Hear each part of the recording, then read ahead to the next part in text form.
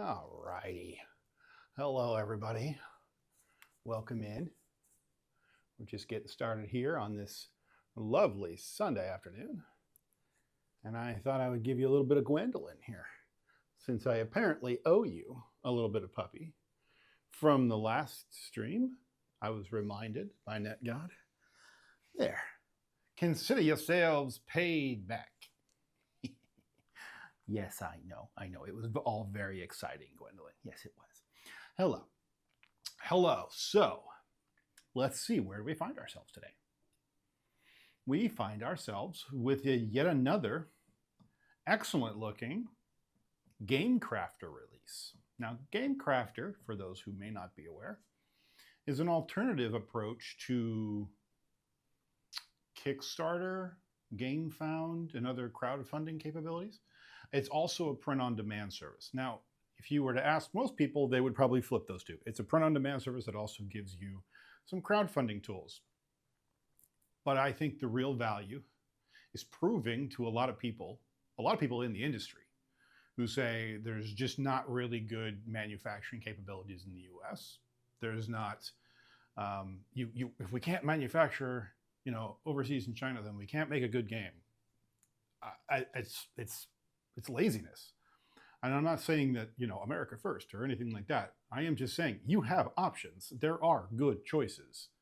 You maybe have to rethink the way you do things, approach the problem, but be creative and you can do something really cool.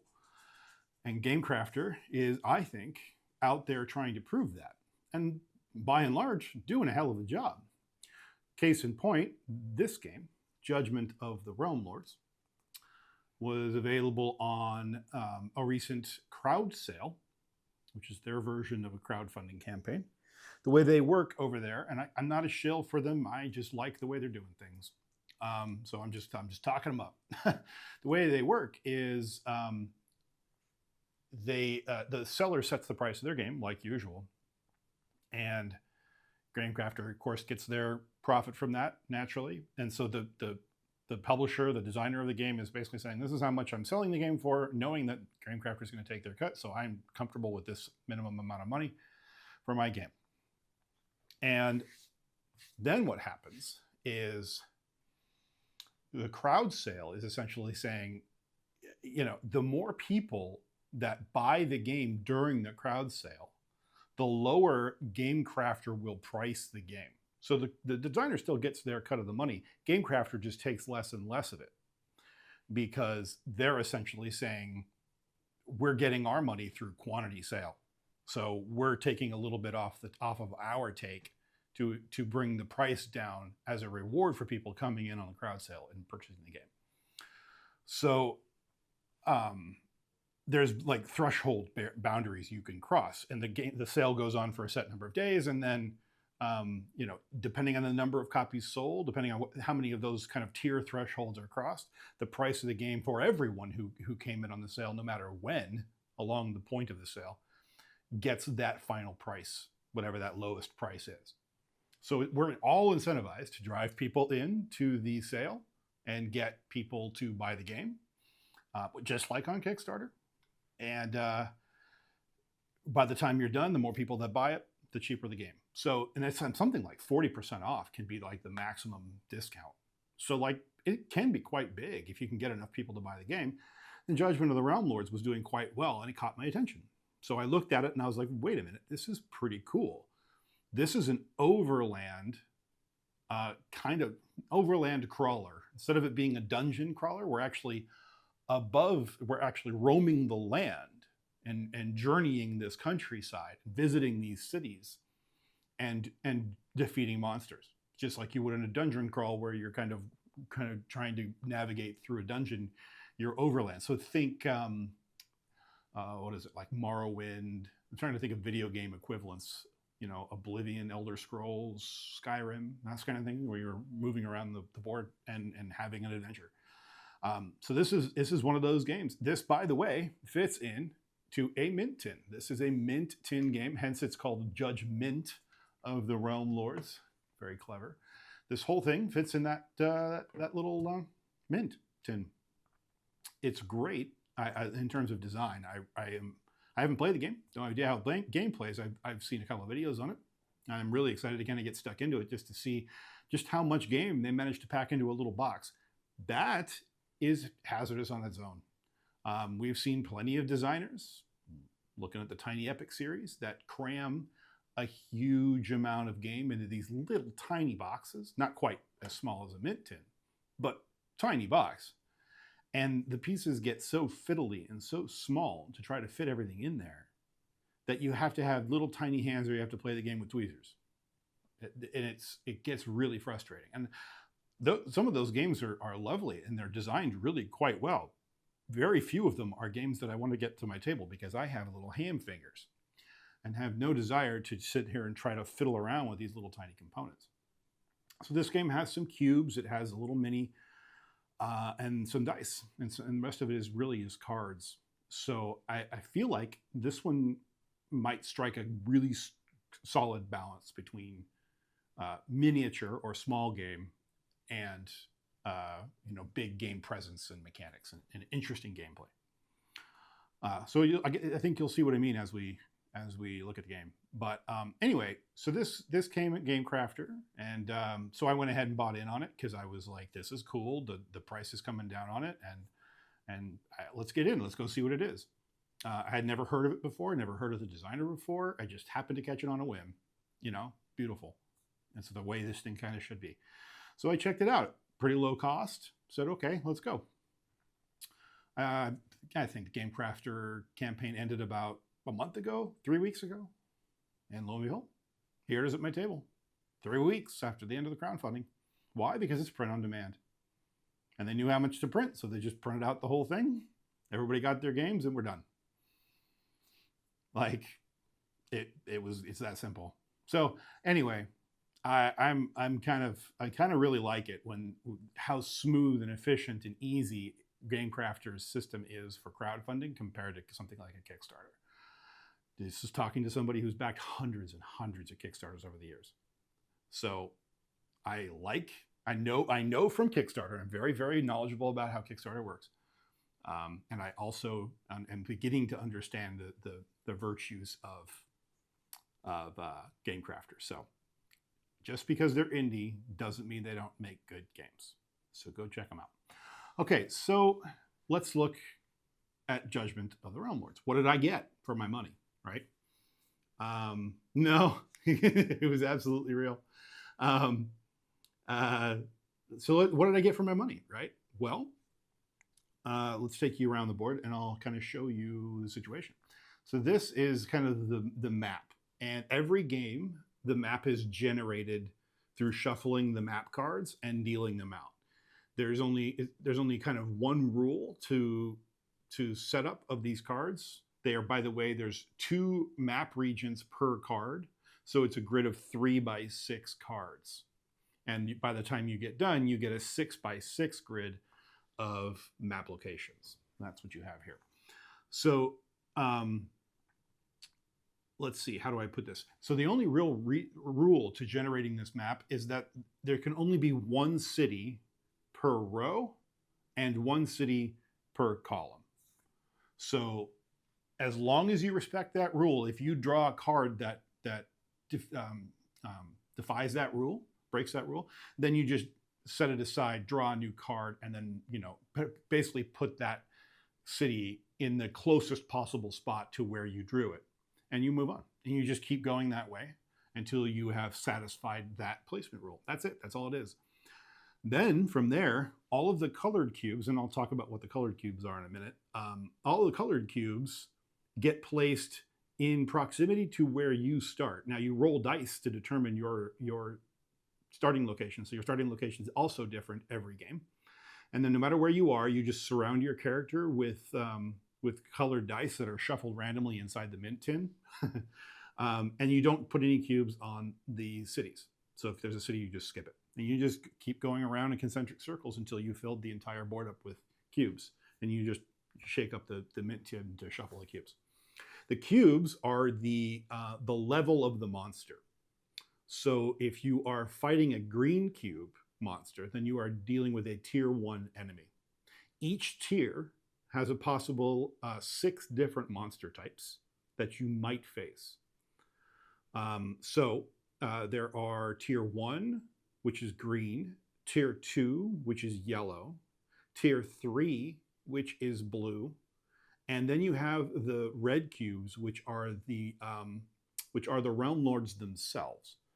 The realm lords are interesting. They are nasty. They're the kind of the elite critters you have to fight. They too have 6 different types.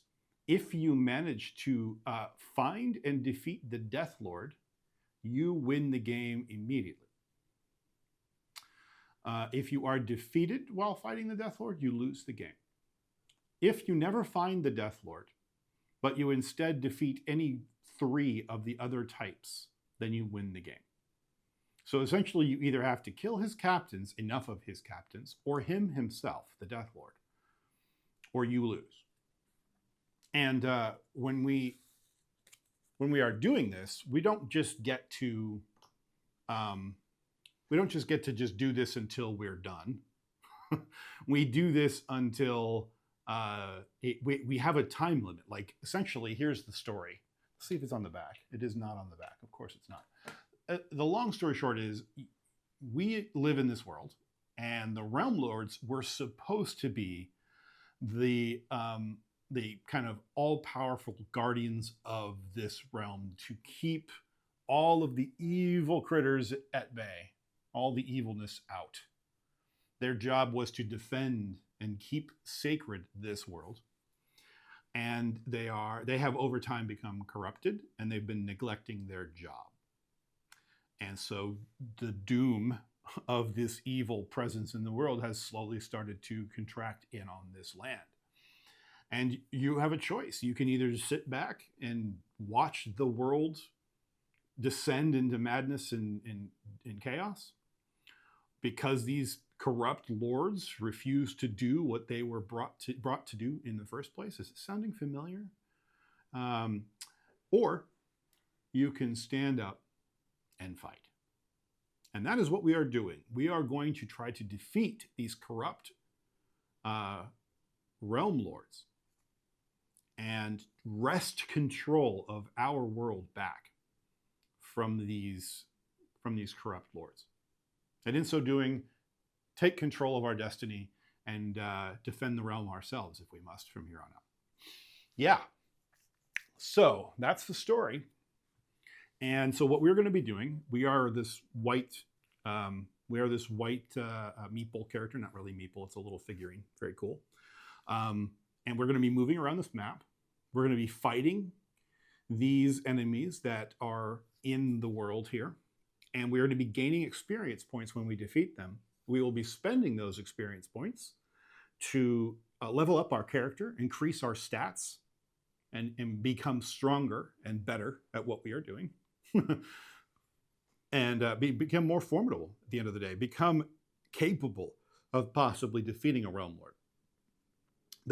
Not only are we leveling up when we defeat them, but we're also gaining gold when we defeat them. Gold we can then use to buy gear, whether that's better weapons, armor, equipment of something or another. And we do that by visiting towns. Each town has its own special ability that you can do there, things that town can help you do. Things like, there's one town that lets you refill your energy for free, which is really cool. There's another town that earns you more money when you sell stuff there. There is you can trade like a stat upgrade. You can say, well, I did upgrade this, but instead I would rather have put it over here instead. You can visit this town to kind of swap. You can reduce the one stat and increase the other stat. You spend a gold to do it, but you can do it. There's another one that lets you just heal one heart when you go there. You can do that anyway. When you visit a town, you can always spend a gold to heal, but when you visit this special town, you just heal one heart just by visiting it. So you can potentially heal twice if you go there. Let's see. So you can swap enemies. That means enemy cubes. So if you're like, I don't want all of the red ones to be down in this corner. I want to swap somebody out. You can one of the places lets you do that. One of them lets you basically there's one location on this map that lets you go when you go shopping for gear in that town. That town has a lot of stuff. So rather than it just getting the customary 3 items, you'll actually have the option to buy up to 4 items in that town, and they'll draw out, and you'll be able to see them as we go. In fact, can we? Not really. I'll have to zoom in on that later. That's okay. So you might notice that the map is here, and there's enemy cubes on it, and we've got these towns dotted around the countryside, and they all have special abilities. We can buy gear there. We covered all that. But what are these over here? Well, every city, like I mentioned, there's only one city per row, and that city has an item in it at the start of every game. There's one item. When you visit there, it's selling more than just this one item. You're just aware that that item exists in that city, and you have to go there to buy it. But you know that for this game, this top card is called the Rune of Ice. The Rune of Ice, if we look at it here, this particular item exists in Ryan's Rest. That's the city on that row. So we know that Ryan's Rest is selling this item. It costs 6 gold to buy it. It is stored in our storage in our bag, so it is a supply basically.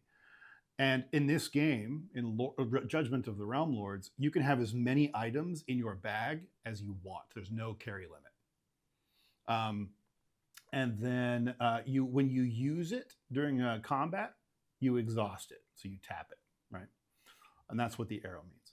It's not an always thing. It is a tappable thing, and it resets. So then it gives you a before combat ability. If you choose to use this ability, you would then do it right before you start combat. And then it gives you all the resolution stuff for that event that kicks off when you use it. So this one says, before combat, exhaust this card to make a magic versus magic attack. In other words, I'm going to use my magic, and I'm going to try to attack, basically have a wizard's duel, if you will, against the thing that you're fighting. And then on success, enemy deals -1 damage this combat. So in other words, I've weakened this enemy for the entire combat. And it says after, and then there's also another ability. After a successful magic attack at all during combat with this thing, exhaust this card to deal 1 additional damage. So if I want to use it for its before combat ability and weaken the enemy for the entire combat, I can do that. I would exhaust the card, so I wouldn't be able to also use it for this. Or if during the combat I want to use it after I'm guaranteed to have successfully attacked with magic, then I will deal an additional damage during that attack. So I can either use it, weaken him for the entire attack, but I have to kind of, I'm taking a gamble. I may not succeed in this attack, or I can guaranteed get 1 extra damage but only during 1 attack. So that's Rune of Ice, and that's just one little card. We know that Ryan's Rest is selling that, and if we get 6 gold from other combat, we can visit Ryan's Rest and buy that item. When we go shopping, we will draw additional cards that round out the shop. We're just aware that that's the notable item that we know exists in that town. And we'll get to the rest of these, but right here is Rune of Revival. It's another supply card. It's another trinket. That's what they call them. This is the Gladiator's Vest down here, this blue one. 5 gold. It's an armor card. You can only have 1 of those, but it's an always thing. This one says, whenever an enemy deals damage to you, lose energy instead of hit points. That's not bad, because if you lose hit points, you die, but if you lose energy, you don't. You just can't do some dice manipulation stuff. So this gives you some flexibility. I should mention that if you die in this game, you don't die. Like a good RPG, you don't lose the entire adventure. It's not a game where it's very harsh. It's not a permadeath. You respawn in the nearest town, and you lose half your gold rounded up. And you just keep going. But you respawn at full stats. So you're full hit points, full energy. And you just pick yourself up and dust yourself off and move on. They rob you for half your gold. A little bit more than usually. But you're not dead. Just a setback. So again, rather than going through that and losing all your gold or half your gold, you could lose your energy instead of your hit points. If I have Gladiator's Vest. This is a piercing bow. This is a weapon, obviously. 6 gold here. It's stored in one of your hands. You can have up to 2 hand items, of course, because you have 2 hands. And this is +2 to any ranged attack, because you have a bow. And it's a piercing bow. So there you go. Padded leather. Sage's staff. +2 to any magic roll. So there you go, right? Like, just buying items makes you better. You can get better gear and makes yourself stronger. So what makes this game different than a lot of other games? Well, the permadeath thing, for one. I like the tier system of the enemies. That's a pretty good way to do this. But I think the crucial thing, first of all, would be let's take a look at, why is that not, it's not fully, let me see if I can get that a little clearer. That's better. Is that better? That's pretty good. Okay, we'll go there. All right, sorry about that. I didn't realize it was a little fuzzy. It should be a little clearer now. Okay, so this is our time tracker. So how the Doom Clock works is this is what essentially triggers our loss. If the Doom Clock ever ticks down to 0 or counts, it kind of counts up to 10 really, but I consider it a count down, not a count up, but you're basically ticking to 10. And if the clock ever reaches 10, you lose without you winning, without you defeating the 3rd Realm Lord or defeating the Death Lord. If you manage to do that at the end of the Doom Clock and by the end of that round, congratulations, you managed to scrape out a win. But how does this Doom Clock work? Well, there's also a tick timer. Tick timer's on the edge of this card. And if I'm playing an easy game today, so it starts at 12, but if I was playing a hard, it would start at 10. So essentially means this tick timer has less distance to travel. And when it finally, this tick timer doesn't reach 0 or doesn't reach 2 even. What it is every round we will roll dice, and if we are equal to or higher than the tick timer, then the Doom Clock will count down 1 step. So it is a somewhat of a variable round length. Think of it like that. And it starts at 12 on an easy game, which means I have to roll double 6s. If I roll double 6s, then the Doom Clock will count down from 1. On the other hand, if I roll an 11 or lower, then it will stay on level 1 of the Doom Clock.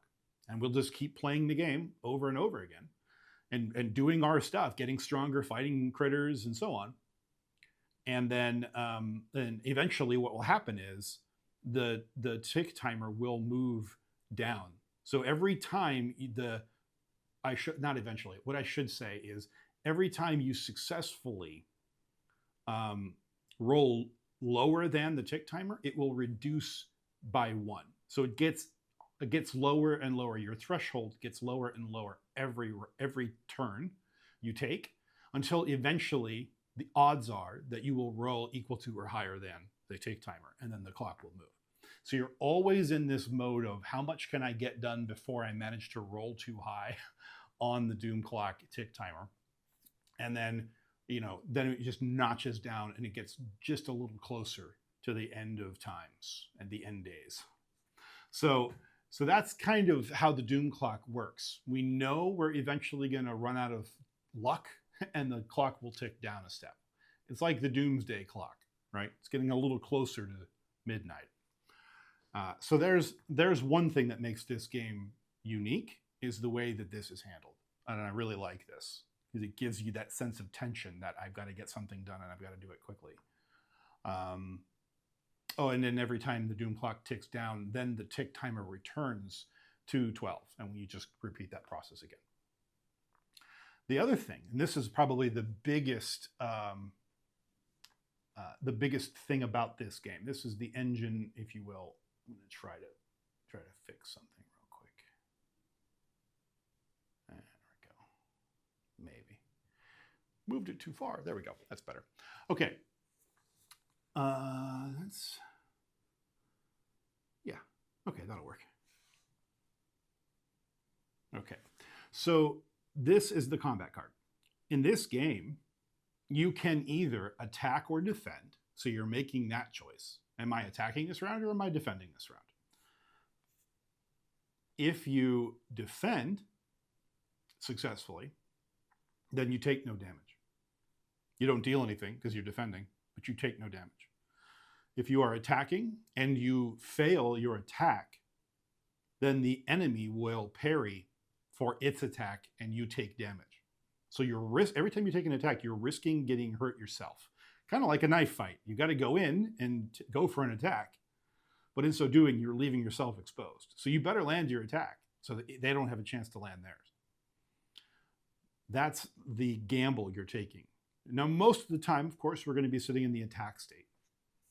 But you may occasionally, because you know with some amount of information that it is likely to attack or not attack in certain ways. We'll get into how that goes in a minute. That's what this other card is for.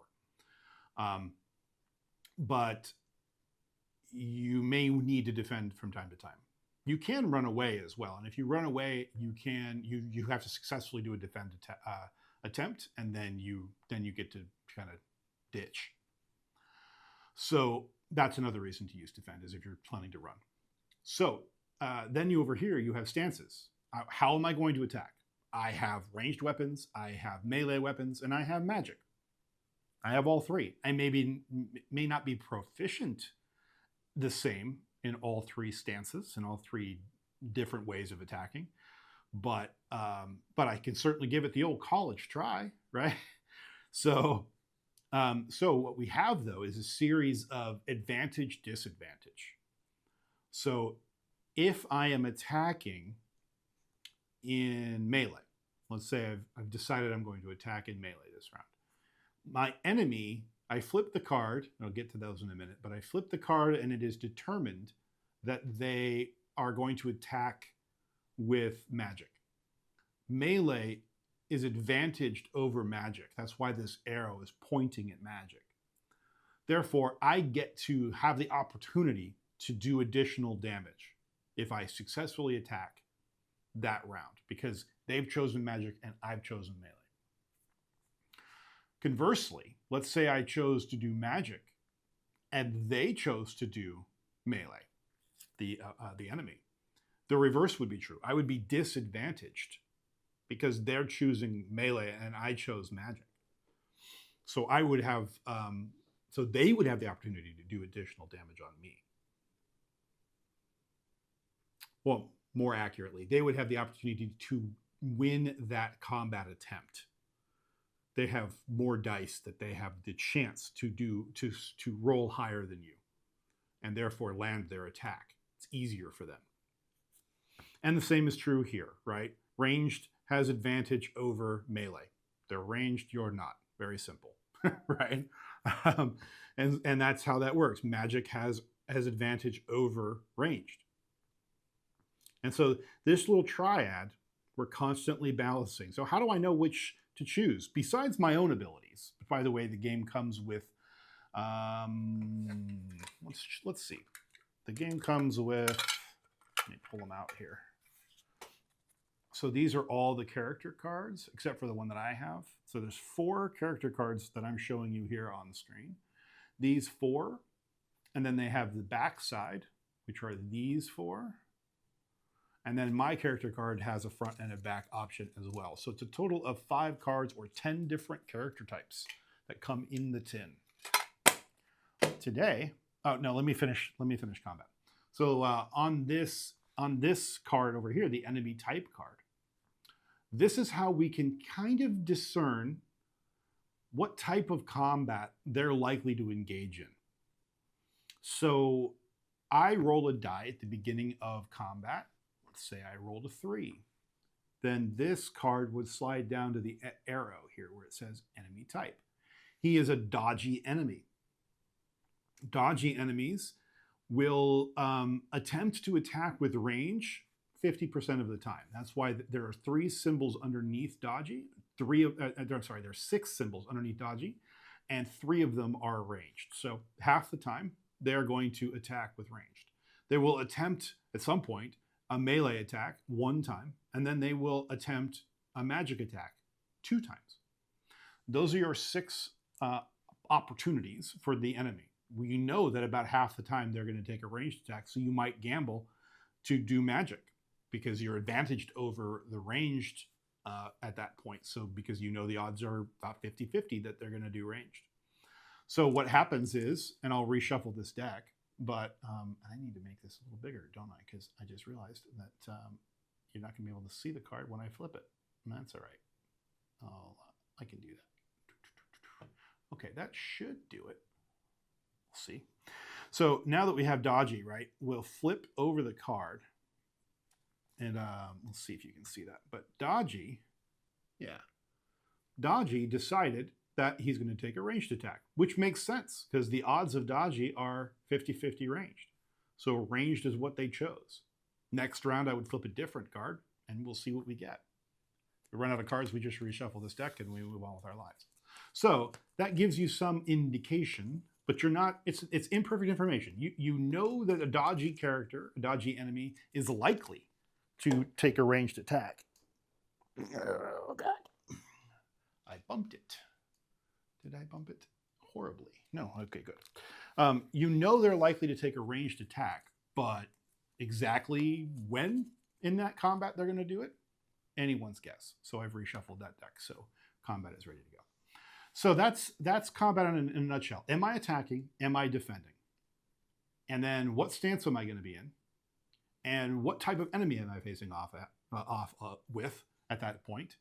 Now that's not to be not to be confused with the actual enemy itself. Am I fighting a tier 1 enemy, a green cube? And if I am, what kind of tier enemy? Okay, well, let's say it's here's an example. I'll look at the first 3 tier 1 enemies. And in fact, I'll go there. These are the first 2 because this card is zoomed in really far. You know, if I rolled a 1 on this card, I'd be fighting a plague rat.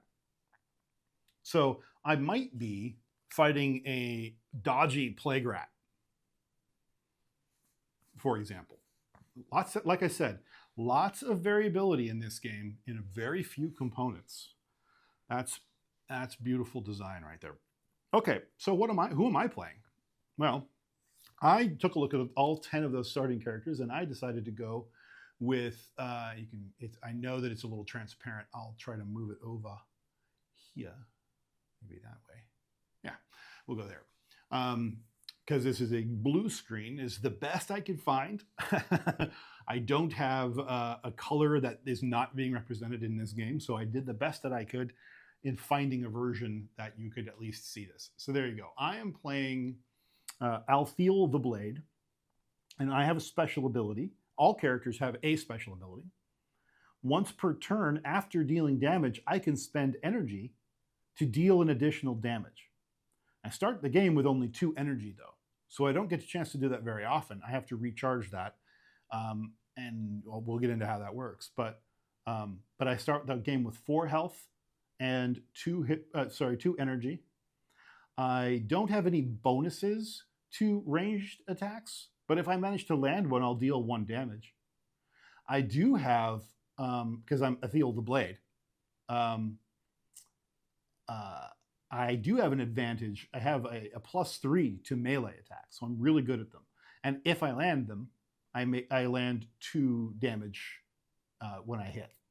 Magic, I'm pretty decent at magic, +2, and I land 1 damage when I hit with a magic attack. So, kind of paladin-y-esque, right? So that's who I'm playing. Not a whole lot of hit points. That's going to be a concern. I'm pretty squishy right now. We'll see what happens. And then down here is just tracking how much gold you've accumulated. I could accumulate more, but really the game is really encouraging you to spend your money when you earn enough to get more gear and get stronger. get good. So that's who I'm playing. We'll see how that goes. So with that in mind, let's come over here and I'll show you the character sheet. So that was part of the character sheet, was my blue card here. I start the game with 3 gold, everybody does. And so I have a little gold cube. It's actually gold metal they included in the tin, very cool. And then here's all my stat counters. So my health is here, I'm at 4. That's what my card said is my starting. My card also says 2 energy, so I'm at 2 energy. That's here up on top. And then I have, this is not like representative of the bonuses I start with. These are the bonuses that I add as I go. As I get better, I can choose to spend my experience leveling up ranged attacks, leveling up melee, or leveling up magic. So I can either really like go hard into melee and get even more benefits, buffs to my melee attacks, makes it easier for me to hit people.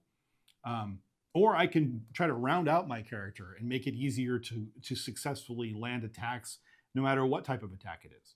So, those are the ways to do that. It's important to notice that nothing in the stat card impacts the amount of damage you deal. It's only the odds of hitting. There may be cards that we run into that change that, like add damage. There may be special abilities. My special ability, I can spend an energy to deal an additional damage. So that gives you one way to do that. So there's going to be things throughout the game that affect the damage that you deal.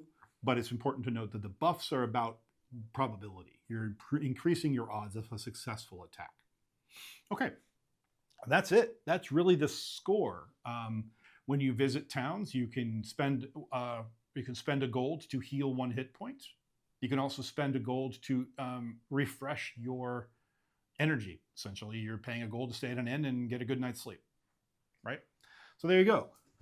We're gonna travel around.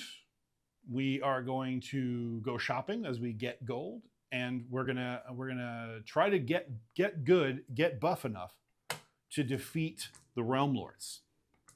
So let's get into it.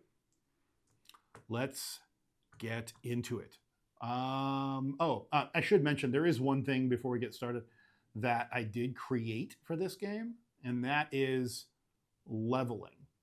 So you do level in this game, but you're constantly spending your XP cubes. And every time you level up in this game, you need to spend 1 additional XP cube or 1 additional XP point, right? XP to level again. So if I'm level 1, that means I spent 1 XP cube on something. Now I'm level 1. If I want to get to level 2, I need to spend 2 XP cubes. And then I can then upgrade another stat 1 more time. But as you go, you're going to be making change, and there's going to be different cubes you're using to track different things, and it can get sometimes a little bit easy to forget what level you actually are. So I decided to just create a level chart. So every time I level up, I'm just going to go up, and it's going to remind me how many XP cubes I need to spend for my next upgrade. So I can not forget, how much I need to save in order to get the next upgrade. Okay, sorry, enough business. Let's get to stepping here. Well, we start out here on the plains, and we're going to show how movement works in just a moment. I might have to consult the rules on like how many dice to roll for what and all of that. So I'll try to keep that to a minimum. I don't think it's going to take me long to find the rhythm, but the rule book, by the way, is just like that's it. That's the whole thing. So it won't really take a whole lot. So I start out on the plains. That's lucky. Another thing that's lucky is that the things that are mostly around me don't have a lot of movement cost. So I can probably get some good movement in early on. Very cool. The one thing that is disadvantage to me right now, let's cut in a little closer on the map here so you can see a little closer. I'm at the plains, but the trouble is the way the map gen works and the way the enemy distribution works, there are more green cubes than there are any of the other colors. So the thought is that by starting out with a full complement of cubes in the tin, and you're randomly placing cubes around you, the odds are going to be pretty good that you're going to draw a fair amount of green early on, because that's the highest, distribution of cubes. In my case, I did not draw green until like the second or third pass around. So all of my green are kind of like out on the edges. So I'm going to have to move a minute. The good news is when you move, you don't immediately trigger combat. You move and you choose where you stop, and where you stop is where you do combat. So I don't have to worry about the fact that I'm like got a bunch of red guys right around me. The realm lords, by the way, are the red cubes, so I know where to find them. But that means I can get over to these green. I just have to move to do it. I have 3 gold. So is there anything? No, Gladiator's Vest is 5 gold, and Piercing Bow is 6 gold. These are these two towns here, the ones with no cubes on them. So I was looking, do I maybe stop into a town right away and just buy something? But no. And there's no sense in stopping at this town and refilling my energy for free, because my energy is already topped off right now.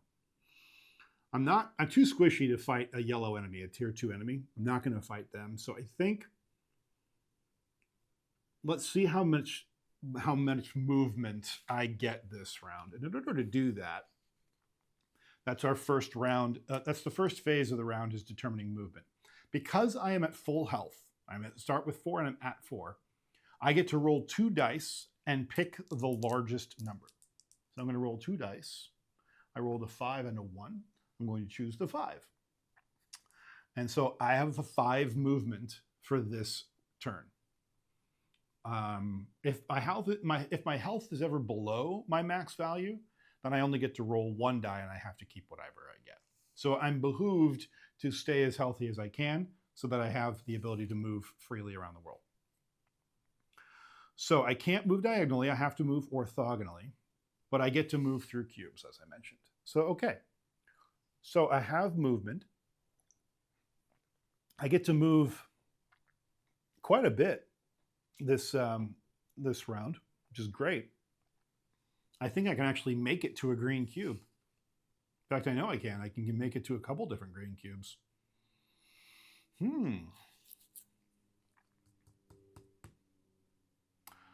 This padded leather here, over here at the House of Erm, that's only 3 gold, and I have 3 gold right now.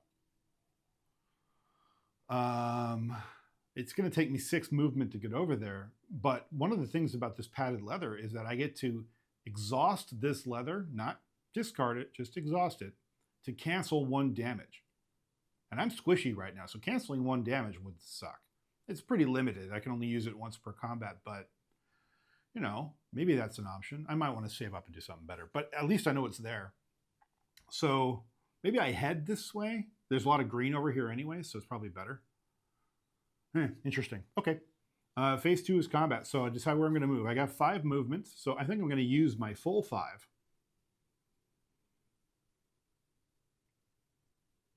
And what do I want to do? I'm going to move. If you look here, I'll push it even closer so you can see that. So there we go. Here's where I'm at. If I want to move into this other plains, the plains are easy to move through. So it only costs 1 movement. So plains is 1 movement. That's the little foot icon. Windhome is a town. I'm not stopping here, but I'm just passing through. That's 1 movement. And then this swamp is 3 movement. I have 5 movements, so I just move 1, 2, 3, 4, 5 into the swamp. So there we go. So here we are. We're in the swamp. We're going to fight this green enemy in the swamp. So what we do is we take that green cube off the place that I landed, and we roll a die to find out what we're fighting. We rolled another 5. So we consult our tier 1 enemy card, and we go to 5, which is a vile cultist. Uh-oh. We're already fighting a vile cultist. That's no good. Cultists deal 1 damage for each hit point you are missing. So the longer you stay in combat and the more that they do damage to you, the more damage they do to you. So they just get nastier and nastier the longer you keep them alive. The problem is, or the good news is, he only has 2 hit points. So they're squishy, but they're really nasty. So we want to try to kill him as quickly as possible. And if we look at his stats, you have to roll a 7 or higher, I think that is, in order to defend against or defeat their combat. So in other words, if I decide to attack them and they took a ranged attack at me, I have to roll higher than a 7 to make sure my attack lands instead of his. So likewise, melee, I have to roll an 8 or higher, and magic, I have to roll a 9 or higher. If I fail in magic, he's going to deal 3 hit points to me. I only have 4. So I certainly don't want a character that's going to be able to that's going to be doing a lot of magic. So we'll find out what kind of vile cultist we have, but we know we're going to fight a vile cultist. So we're going to take that green cube and we're going to remind ourselves what we're fighting. We're going to fight by putting that cube on the vile cultist. Now we know we have a vile cultist. What kind of vile cultist? Well, let's roll the die and we'll find out what we have. Of course, we rolled a 6. We're going to die. A 6 is clever. And why am I worrying about clever? Here's clever. Clever does magic 50% of the time, which is the vile cultist's best attack. Cool. Which just tells me we better be doing melee. There's only one trick. One of the rules about stance, remember stance when we talked about that, is let's say I'm going to be doing a melee attack. Great, I do a melee attack. Let's say I resolve that. It goes swimmingly. I do some damage. Wonderful. Love that for me. The next attack that happens, I can't stay in the stance that I'm currently in. I must move to a different stance unless I spend energy. I only start with 2 energy, and there are other reasons to use energy, even in combat. So I may not want to always spend my energy, but it also means that if I just did a melee attack, I need to either do a ranged attack or a magic attack the next time, unless I want to spend energy to stay in melee. So be keeping that in mind. Even though I am really good at melee attacks, I can't just sit there and camp on melee and do melee forever. I have to keep it moving. I have to shuck and jive, do something he's not expecting. And yeah, so there we go. We know we are playing a clever vile cultist. That is not good. Let me just make sure that I am not missing anything with combat setup. Yep, did that. Great. I shuffled it. Cool. Love that. Oh, enemy's health. Okay, this enemy only has 2 health, so we'll put the cube on 2 on the combat card. That's right. Cool, did that. All right. Now, any before combat? Well, no. The vile cultist has no before combat abilities, and neither do I right now. Maybe that changes later, but okay, cool. Now we do a test. No, there's no tests. No equipment or anything else. Yeah, great. Okay, yeah, combat round, there we go. Stance. Now, we definitely want to do a melee attack for our first attack because it is advantaged on magic. So I am advantaged over magic when I do melee attack. And at least with a regular, if he chooses to just do a melee attack, which he has 2 options to do, then it's just going to be a straight up fight. No advantage, no disadvantage, just a straight up fight. And then he only has 1 out of 6 to do a ranged attack, which is advantaged over melee. So there is a 11% chance that he can do that. But you know, I'm trying to play the odds here. So there we go. I'm going to do a melee attack. And I am going to do an attack. I'm not going to do a defend. So that's my tactic. I'm not going to flee. Okay, now we reveal the enemy stance and find out what he's going to be. He's going to do Melee, so it's going to be a straight up fight. All right. Yep. Right. If your stance counters, no. If you are countered, no. If your stances match, roll 2 dice. Rolling 2 dice. Okay. All right.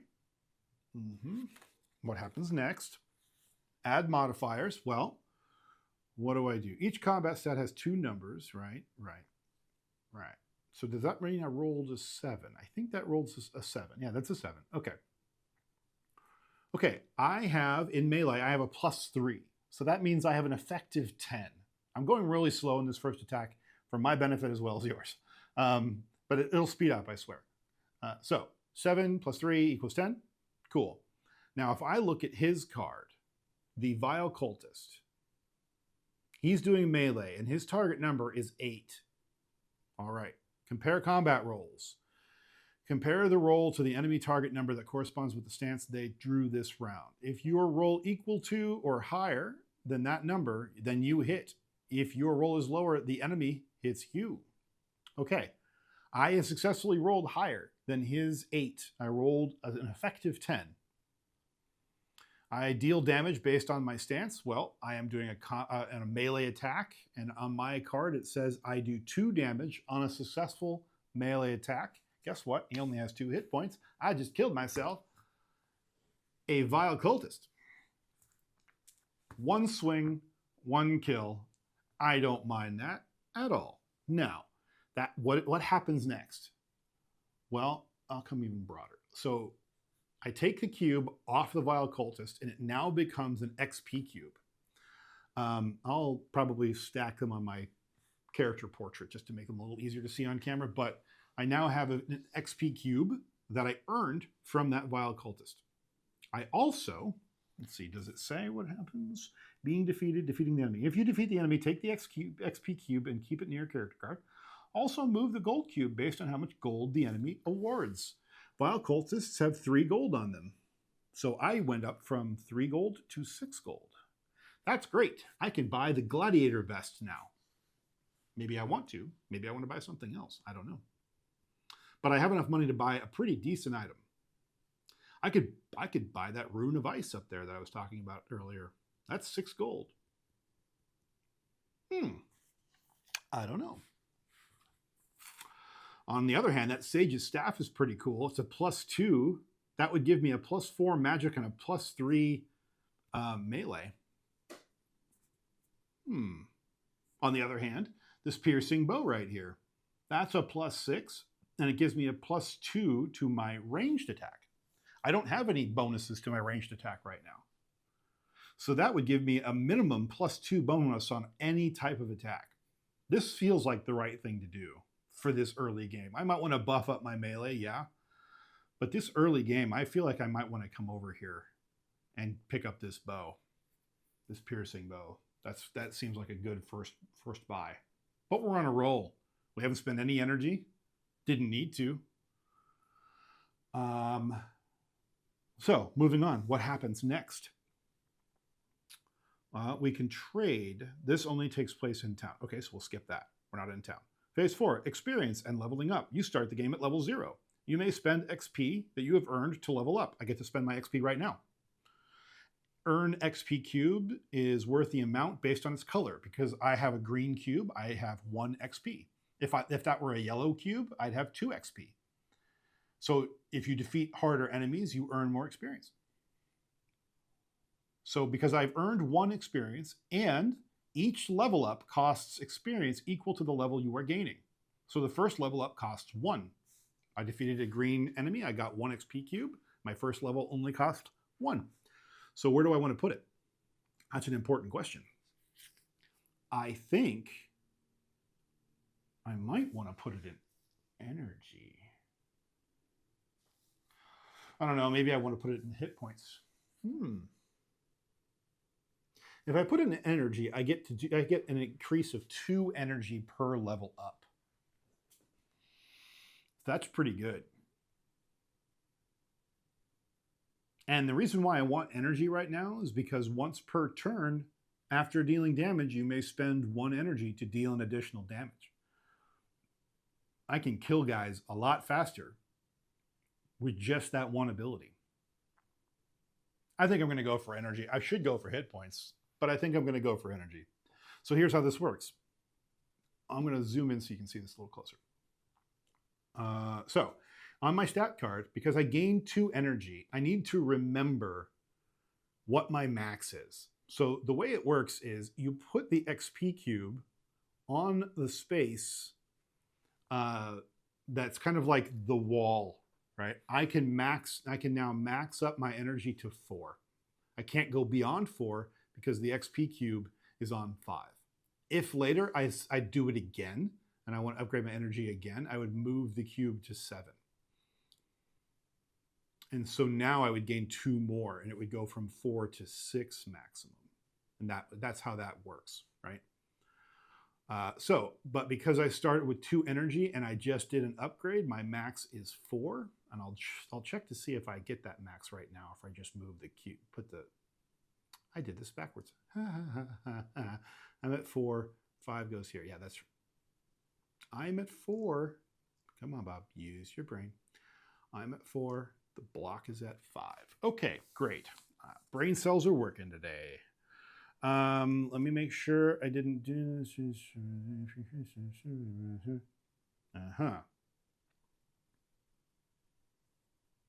And raise your current energy by 2. That's cool. Okay. All right. So you do gain the 2 that you just earned. So if you are at 1, then I would go up to 3, even though my max would be 4. But because I didn't spend any, I was still at my max, which was 2. So now I'm at 4 energy, and I can't go any higher than that. But that's my first level up. My first level up is to do a little extra, have the ability to do a little extra damage without running out of energy. All right. Now what? Recover. I get to gain 1 energy during the recover phase, and I reset any exhausted cards. I don't have any exhausted cards, and I didn't use any energy, but there you go. 6 is the Doom phase. This is where we determine whether or not the Doom clock ticks down, or I guess ticks up. Okay, roll 2 dice, compare it to the Doom clock's position, or the tick timer's position. I'm at easy, so it's at 12. It is lower than 12. So the tick timer just ticks down 1 step. Yep. Equal to or greater than the tick timer. Right. If the roll was lower than the tick timer, advance the cube 1 space on the tick timer. Yeah. Okay. Yep. Great. If the Doom clock ever reaches the end, the game ends and you lose. Cool. All right. So again, that was really slow. I know it was really slow, but I was walking through it for your benefit and mine. Now we can move on a little faster. Let's see. Movement. Let's find out how much movement we have. I'm at full health, so I get to roll 2 dice. I get to move 3, apparently. It helps when you don't throw your dice around. Okay. I get to move 3. Do I want that staff? I think so, but I think it would be better to continue fighting for the moment. There's no reason to visit town yet. So let's just move 2 over to the crags. So we were here in the swamp, we moved 2 over to the crags, and now we're going to fight another green enemy. Let's find out what we're going to fight. We have a green enemy. We don't know what kind it is yet. It is a 3. And that means it is a blade beak. Ruh-roh. Blade beak are really hard to defeat on a ranged attack because they're a bird. That makes sense. But they don't do any damage on the other kind. The only attack it actually does damage on is a ranged attack of 1. So they're hard to defend against. They deal 1 damage. And the other 2 they don't do any damage on. That's cool. If you are defending against ranged, subtract 3 from your roll. Wow. They're really hard to defend against. Okay, interesting. So we're fighting a blade beak. The cube goes on there.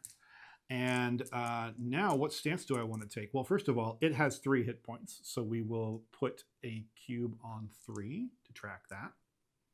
We are going to attack. Let's find out what we shuffle these up again. Because we barely even used it, I'll only shuffle it twice just to bury that card. Okay. Now we're going to roll a die to find out what it is. It is an enraged Bladebeak. I don't know about you, but an enraged Bladebeak sounds like a bad idea. But the nice thing about enraged is that it does a melee attack half the time, 2 ranged attacks, and a magic to round out the 6. So I have a lower odds of it doing its hard attack. So I'm going to take a magic attack. Do I? I get a +2 to magic attacks. I need to, I don't know, maybe. Nah, I should do a melee attack this first time. Hope it doesn't draw a ranged. Let's find out what it draws. I'm going to do a melee attack. Of course, I have the deck upside down, so let's shuffle that again, shall we? We know it's enraged, but I have the deck upside down, so that's my bad. Let's make sure all these cards are the right way up this time. Okay. Enraged. It is going to do a melee attack. Lucky me, it's not going to be able to do any damage to me this round, but it is just going to try to, get in my way and block my ability to attack it. So I only get to roll 2 dice instead of 3 because he's doing the same attack stance I am. And of course, I roll a 3. But I add my 3, which is a 6, but it does not defend against it, or it does not defeat its attacks. It actually attacks me, not the other way around, but it only deals 0 damage, so nothing happens. Okay, fine. So since nothing happened, I have to move to a different stance. I'll move to magic because I don't want to spend an energy to stay on melee. So we're gonna flip over another card, and it's going to do another melee attack. Melee is disadvantaged. That's no good. Melee, I am disadvantaged to melee, and it's doing a melee attack. So I'm going to roll 3 dice instead of 2 this time, and I have to choose the lowest 2. Lucky me, the lowest 2 is a 5 and a 4, because those are what I rolled. So I rolled a 9 anyway. I add my 3, that's a 12, to its 8. No, what does it do? It's doing a melee. Yeah, it's doing its 8, so I land my attack. Cool, I just did 2 hit points worth of damage. That would normally leave it with 1 hit point, but nay. I'm going to spend one of my newly gained energy, and I'm going to go down to 3 energy, and that means I get to deal an additional point of damage. So instead of landing 2 points of damage, I land 3 and I kill it. It is now dead. Green XP cube comes to me. That's not enough to level, but it's halfway to leveling. So what do we do now? Well, we test the doom clock. That's what we test. It's an 11 right now. Do I roll an 11 or lower? I do. It's an 8, so the tick timer comes down to a 10. Okay.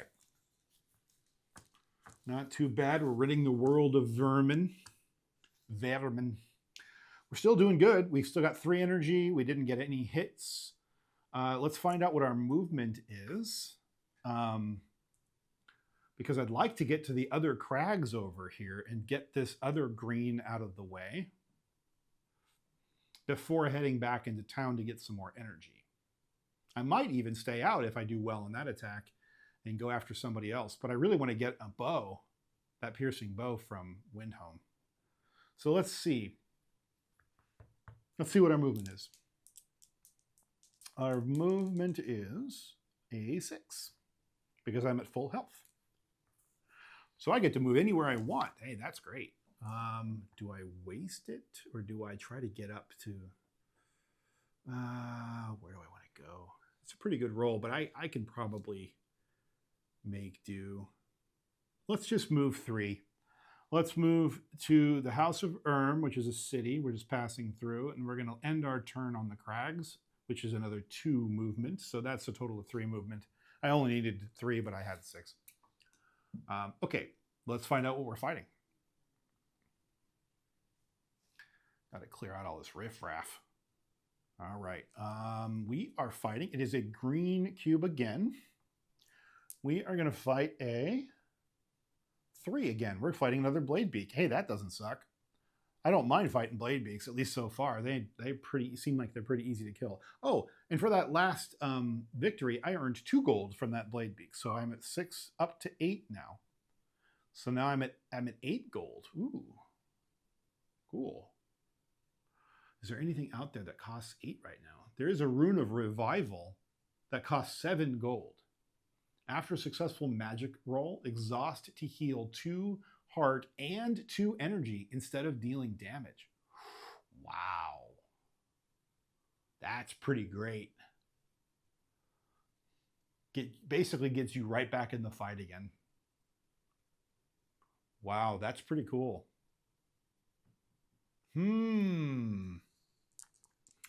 Okay, well, we'll deal with what we're going to buy later. Blade Beak, we're going to fight you.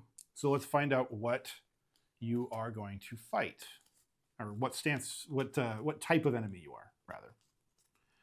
All shuffled up, and enemies are going to be. I rolled this. What was it? It rolled off. I got 3 again. Oh, dodgy. Okay. We're going to fight a dodgy blade beak this time around. And of course, I'm going to take melee from my first stance, and I'm definitely going to attack. Problem with dodgy, though, is that it does ranged 50% of the time. And I'm disadvantaged to range. Do I?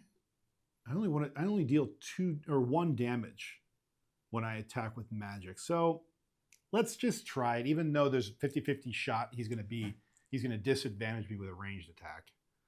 Don't care for that, but here it is. Let's find out what it's going to be. We'll stay melee. And Dodgy's going to do his only melee attack. Ooh, lucky me. Okay, good. Roll 2. I rolled a 6. Plus 3 is 9. His melee is 8. I do 2 points of damage. I'm going to spend another energy down to 2 to kill it in that 1 shot. So 6 plus 3 is 9. The target was 8, so I defeated it with my special ability. Really cool. Okay, now I get 2 more gold. I'm up to 10 gold. And now I have 2 experience. I can level again. Where do I want to level? I have a fair amount of energy. It's working well for me. Early on, anyway. Do I upgrade a stat?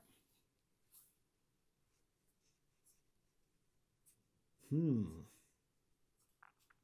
do I just get gear and just keep upping my energy, maybe my health? Let's do hit points. Let's round it out and do hit points. So we're going to do the same deal. Take the XP cube and we're going to put it on a 6. And that means I can go up 1 hit point. Now, when I do that, do I immediately gain the raise your current health by 1? Nice. Okay. Well, I was at max health and I'm still at max health. Okay. There we go. So what we do with the spare XP cube is we just sit that off to the side and we'll use that for change. Now, I haven't been using my level card. I am now at level 2, and now I'm at danger of losing what level I'm at, so I'm going to start using that card now. I'm at level 2, which means my next upgrade is going to cost me 3 experience. So now I'm like, well, I don't have any more experience cubes saved up. I'm going to have to fight a bunch of green characters to get leveled again. Maybe now is a good time to go buy that piercing bow for 6. I'm at 10. I don't want to just keep racking up money because if I lose a combat, I'm going to lose half my gold. So I know I'm down to 2, but fill energy for free. So if I visit a town,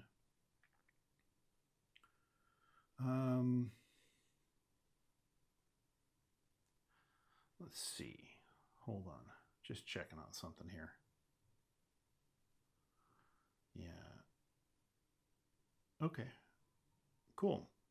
All right. What did he There's say? no harm. There's no harm in it. What? What did I do? Check the doom clock. Oh, you're right. Oh, you're right. Yeah. Doom clock. Doom clock. Correct. It is a 3. It is lower than the current 10, so down it comes to 9. Good thinking. Good thinking. Okay. And nice catch. Thank you, Netcon. Okay. Let's figure out my movement. I'm at full health, so I roll 2 dice. I get 5 movement. That's cool. I'm going to go 2, though. And we're going to come to Windhome. Windhome is this city here that has the bow in it.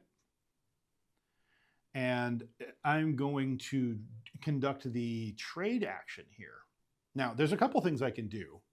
First of all, Windhome lets me refill my energy for free. So rather than having to spend a gold to do it, I get to do it for free. So I am going to come all the way up to 4 again. So I'm now maxed up my energy. Thank you, Windhome. And I'm going to conduct a trade action in this town. This phase takes place only when you are in a town. Each town starts with 1 face-up item at the start of the game. When you visit a town for the first time, reveal 2 more items. Basically, what rounding out the store when we get there. 1 from each of the type that is not already there. Well, it has a bow in it right now, so that's a weapon. So I'm going to draw 1 armor and 1 trinket, and that will round out the shop. This is what else is currently on sale in Windhome. I'm not sure if you can see the last card. Oh, you can, at least on this view. Oh, no, you can't. Okay, I will come over there then. So let me quickly just push on in here so you can see the situation. Okay, so there's the bow that I've been eyeballing, but also there is chainmail. It's 5 gold. Exhaust to cancel up to 2 damage from being dealt to you. That's cool. Or the Ring of Power for 9 gold. I have enough money for the Ring of Power. After you make a combat roll, any combat roll, exhaust the Ring of Power to give it a +2 to the result. So in other words, I could be more assured that I will land that combat. So it's after you make the roll. Let's say my target was 9 and I rolled a 7, combined a 7. And I really needed that to hit to kill that guy before he had a chance to really knock me out or kill me. This would get me up to a 9 and I would win. Ring of Power is pretty cool. It's not going anywhere though. It's not going to get discarded. So I could wait. And the reason why I'm thinking about waiting is that piercing bow. The reason why I like it is because I get a +0 to ranged. It would be nice not to care, because ranged and magic both deal 1 damage with I'll feel the blade, my character. The melee attack that I keep favoring deals 2 damage, which is why I like it. And it's also +3. But it would be nice to have a basic bonus for all 3 abilities. So no matter what I'm facing, I can at least land a hit point most of the time. If I rolled reasonably well, anyway.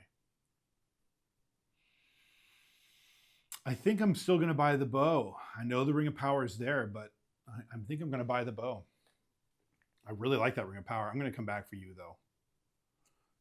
There's a pretty good chance I'm going to come back to this town anyway, because I get to refill my energy for free, and I know the ring is there. So, okay. We will decrease the value, or the amount of gold on hand to 4, because I had 10 and now I have 4. So we come back to this view. Now, how far over here can I go? Oh, that's good enough. Okay, so now we have our bow. That gives me a +2, and I'm just going to use the spare XP cube, because I'm tracking my levels a different way. So it doesn't really matter how many cubes are on my board. I'm going to track that by just giving me a +2. Maybe I do that. Maybe I do that now. I won't do that, because if I pay for those upgrades there, I'll just have to just remember that that's there. It's a +2. It's fine. I don't want to mix drinks. This is for XP tracking only. This is for equipment benefit. Okay, so one quick note about this. Piercing bow is always active. It's a hand, so I can only get one other hand weapon. And +2 to attack rolls on ranged. There you go, piercing bow. Okay. Doom clock. 9. I rolled a 9. Doom clock ticks down 1 step and then resets to easy. To 12. Ruh-roh. Things just got a little bit more ominous around here. Okay. Well, am I feeling saucy? I don't know. Since we have a fresh Doom clock, I'm feeling like maybe I should just go pick off a few more of these easy guys. See if I can't get one more upgrade. Yeah, let's see what happens. Let's go see my movement. Movement is 5. I can go here. This is good. We'll go up to the swamp. It's a 1 to move into the plains and a 3 to move into the swamp. So it's 4 of 5 movement. Green cube. Let's see what we're facing. We are facing a 5. I don't think we faced the 5 critter yet. Oh, we have. It's a vile cultist. Great. We love the vile cultist. As a reminder, it likes magic attacks. So let's find out what...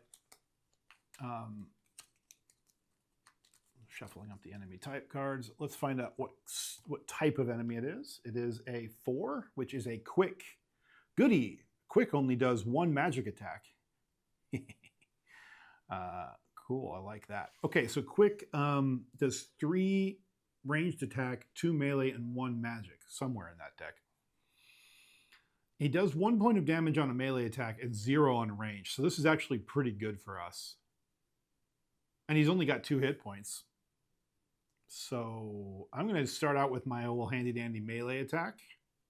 Let's see how that goes. It's going to do what? It is a quick. And its quick is ranged. It does 0 damage on ranged and it requires me to roll a 7 or higher in order to defeat that, to do my attack instead of it. And I am disadvantaged though, because its ranged is advantaged over my melee. So I have to roll 3 dice and take the lowest. I'm taking the 3 and the 2, unfortunately. That means it's +3. Boom. Well, that's an 8, and it's doing 7. So I actually defeat it anyway. That's cool. 2 hit points. I don't even have to spend an energy, and it's dead, because I do 2 hit points for my melee attack. So it just died. I get that XP cube. 1 of 3 done. Purging the land of filth. I don't have the XP in order to spend it on leveling up, so Doom Clock. Yeah. Doom Clock is at 12 right now. I rolled a 6, so it just ticks down. Okay. Where do I want to go next? More green. If we have enough movement, let's try to get to that swamp up there. Yeah, okay. Still at full health. 4. No, 3. I only get to move 3. Ooh. I can't get to a green in 1 move. Do I dare take on a yellow? I don't know. Tier 2 enemy. I can if I go to the desert. The desert's over here. That's only a 3 movement.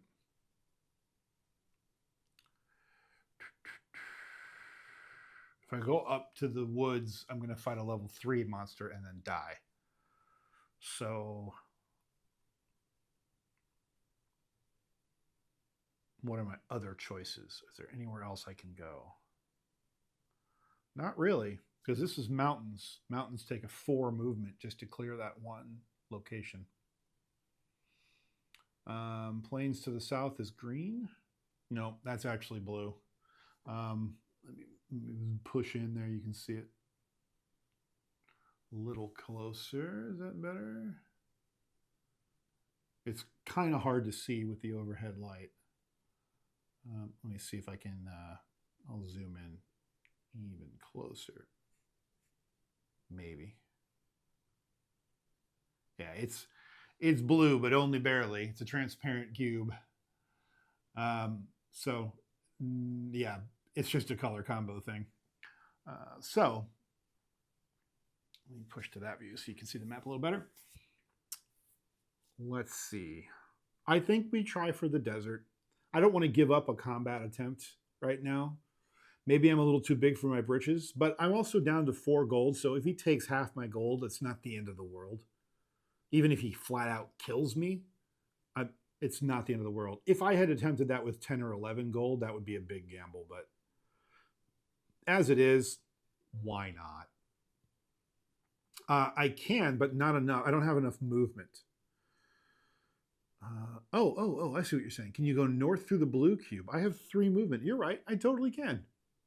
2 and then 1. Yeah, you're right. I can totally do that.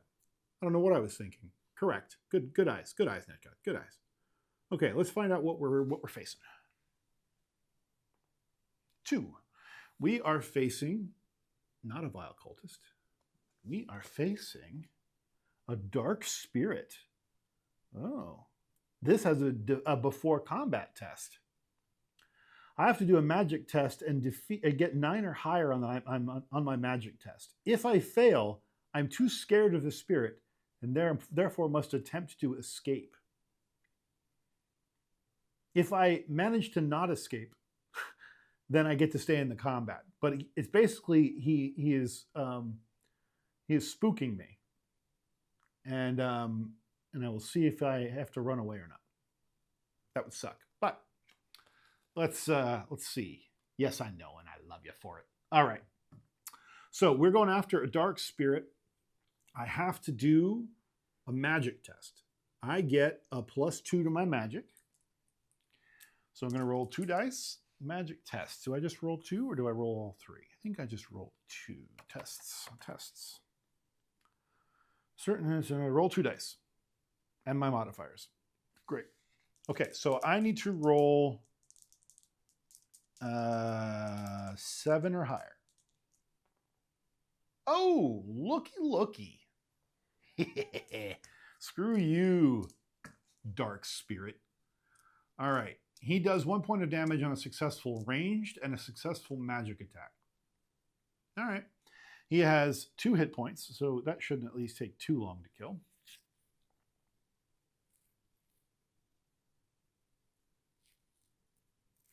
Okay. What stance do I want to take? Well, that depends on what enemy type we're dealing with, doesn't it? I might sleeve these cards. I don't normally sleeve cards, but as much as I'm shuffling them, let's find out what we have here. A 4. It is a quick spirit, dark spirit. Of course, it wants to do range half the time. Of course it does. Well, if it wants to do range half the time and melee the other half of the time, almost. Maybe I should do magic. If I do magic and I land the magic attack, then I can spend an energy to deal the last hit point and kill it. So it's okay. Let's do a magic. If the only reason why I'm doing that is because I have a 20-something% chance of it doing melee, which would put me in disadvantage. But otherwise, I'm advantaged over its ranged. So let's see what happens. It is doing a range. Lucky me. So I am advantaged, finally. This is the first time I've been advantaged in combat. So when you're advantaged, you roll 3 dice. But now I get to pick the highest 2 dice. And just because I am advantaged, I now rolled a 9 instead of a 7. So I rolled a 9. Cool. My magic is a +2. That puts it at 11, and that is enough to make to be a successful magic attack. Cool, I do 1 point of damage, but I'm going to spend an energy to do an additional point of damage. And that will kill it. And so I get 3 gold, 4 to 7, and I get its XP cube. Cool. Almost able to level up again. This time I think I'm going to probably level up my melee.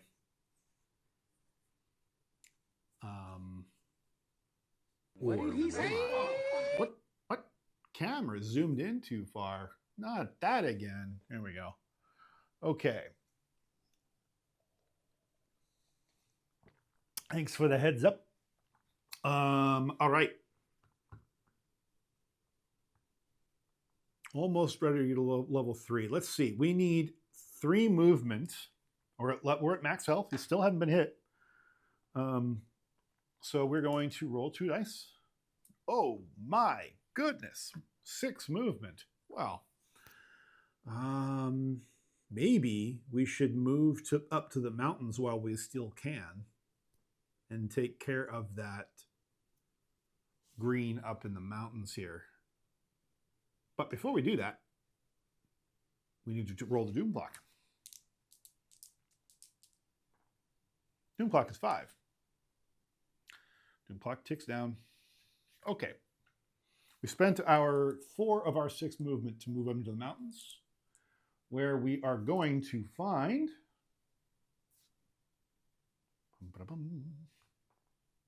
a 1. Ooh, a plague rat. We haven't faced a plague rat yet. Plague rat, really hard to hit with melee. Not so bad to hit with ranged, and even easier to hit with magic. If you lose any hit points while in melee stance, lose 1 energy as well. Screw you, plague rat. Okay.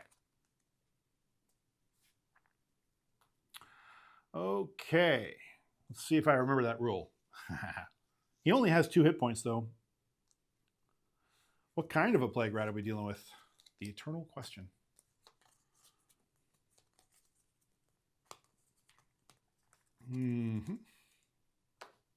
We're dealing with a 2. An enraged plague rat. Oh, dear. Well, that sucks for me. Because he's going to do melee attacks half the time, and he deals 2 points of damage on a melee attack. I better kill this thing fast. I get a +3, so I'm going to go melee, even though I have a chance to lose energy as well.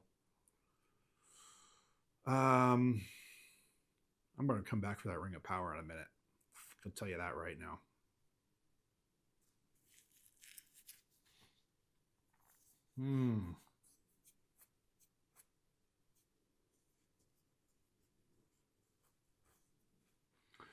Enraged. I'm going to do a melee attack. Okay, let's see what happens. I think I'm good with that. Of course, he's going to do a ranged attack, which puts him advantaged over me.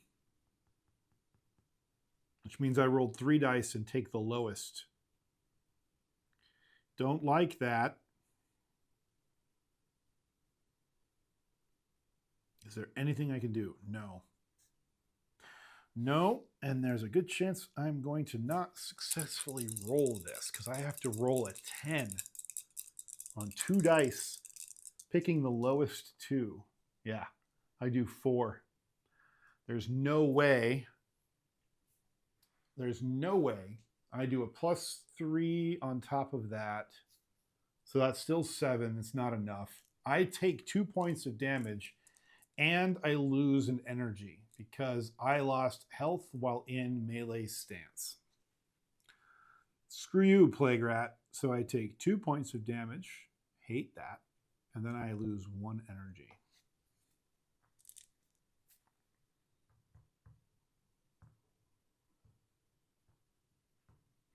Fine.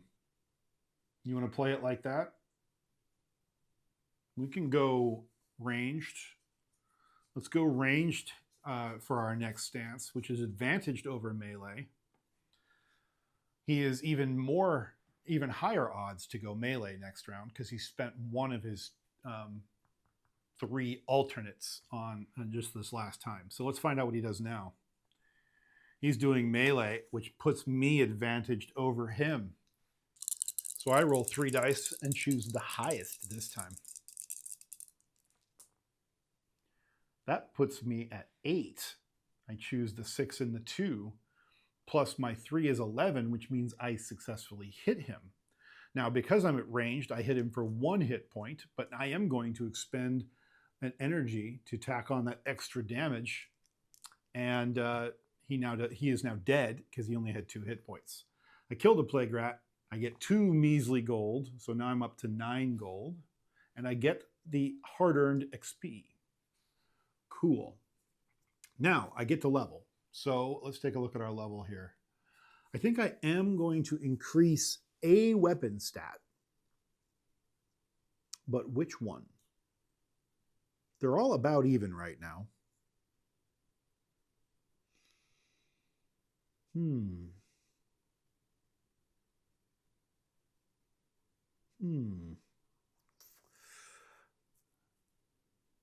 don't know. As much as I'm using the energy, I kind of feel like I should just do another energy. But I did just lose attempting a melee attack because the target was 10. And that makes me worried that perhaps when I get to the easier enemies, those targets are all going to be in that range, and I'm going to have a much harder time. So I think I better buff my melee. So we're going to put 1 in melee. So that gives me now a +4. And we're going to bump my level up to 3 to remind myself that it's now going to cost 4. Let's see. We're going to go Doom Clock. Doom Clock is 7. 7 ticks down to 9. Movement. I am no longer at at max health, so I only roll 1. I get a 3. I'm going to move to the plains. 1, 2. Am I? No, I'm going to stop here. I'm going to move 1 to Ryan's Rest, and I'm going to heal 1 for free. And I'm going to spend a gold, 9 down to 8, to heal again for another. And then I'm going to spend another gold, and I get to what? Where is it? There it is, rest. Okay, and I raise my energy to max, which is 4. Okay. Cool, so now I'm down to 7 gold, and I'm at max health and energy again. And because this is the first time we visited this town, we will come up here and we'll see what we get. It currently has a trinket, so it's going to gain a weapon, the wing blade, and an armor. The fencer's cloak. Exhaust the cloak to re-roll an attack roll. Ooh. Do I buy that? That's the only armor I can have. But wow. That's a pretty cool. Pretty cool. +3 to ranged? Where did you get that from? And maybe I said ranged. I should have said melee. I'm now at a +3. No, I'm at +4 to melee now. Don't know where that came from. I'll roll back the tape and find out. Okay, so, ooh, that fencer's cloak, though. That could be really valuable, and I can afford it right now.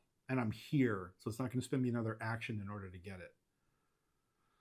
The wing blade, though, +1 to my roll, but deal 1 less damage, or +1 to my roll.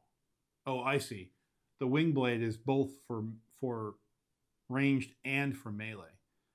I'd probably only use it for melee because it's a plus. It's just a straight up +1 to my roll. But I don't know that that's worth it for 6 gold and taking up a hand slot. This is pretty cool though.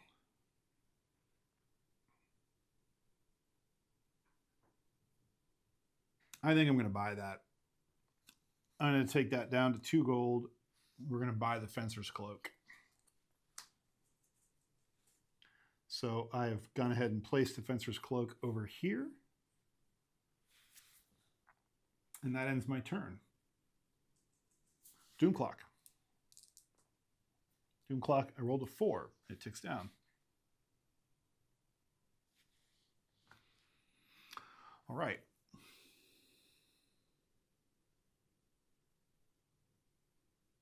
Movement. I'm at max health again. Rolled a 6.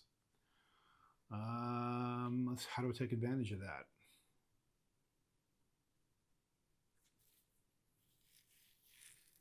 Maybe I run over here for 4. Okay. We're going to face off against another. I'm just basically taking out all the green guys to get early leveling done as much as possible. So it is a green. What did he say? What? In last combat, you said you did a +3 while in ranged stance. You were only +2 unless I missed something. Not that it mattered. You had rolled an 8. Oh,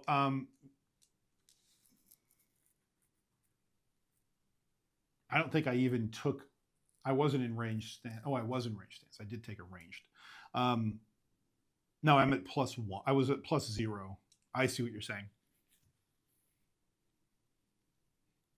Let's see.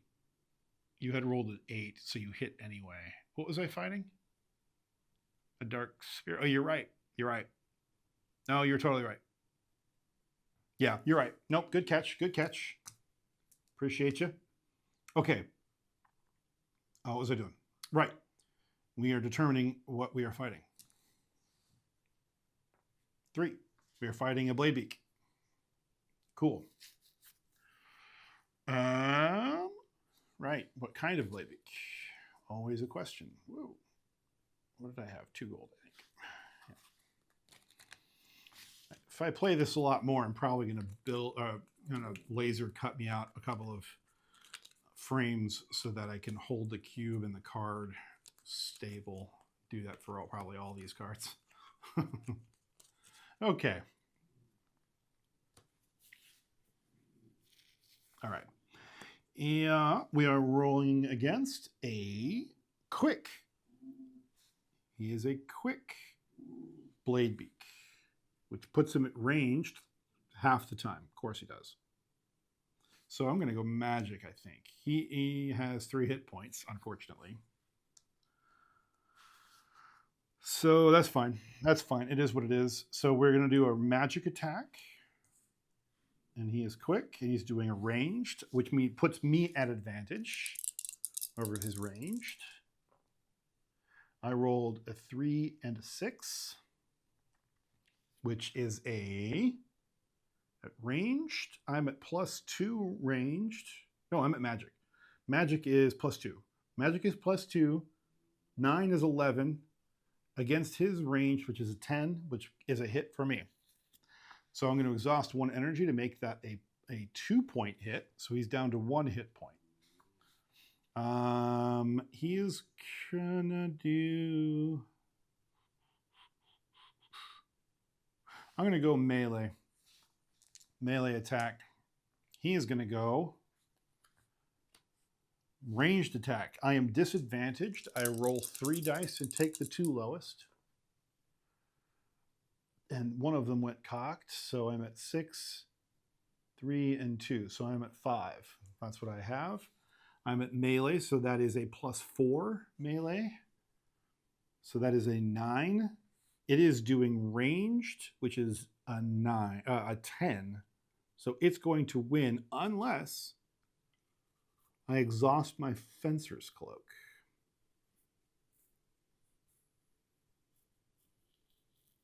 Am I likely to get a better roll, though? 3 and 2? Probably. Let's try it. We'll exhaust Fencer's Cloak to re-roll an attack.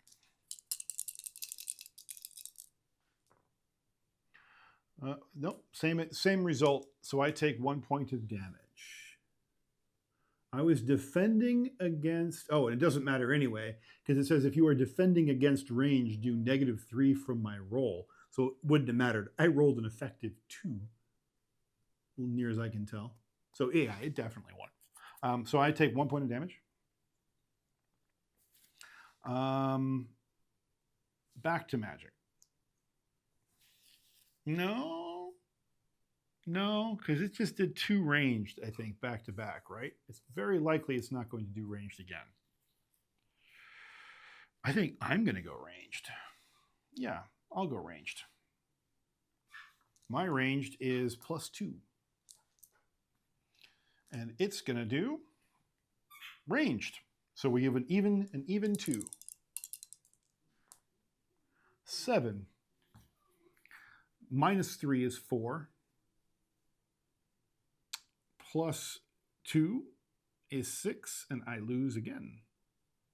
Great. Another hit point. We're going to go magic this time. He's likely to go... I think he did all 3 of these are ranged. Yeah. So he's done with ranged. He's likely going to go melee. So I better go melee. I'll go melee. At least then we can even them out.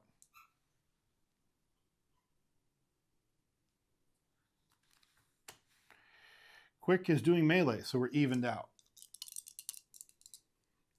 At least I'm not defending against ranged anymore.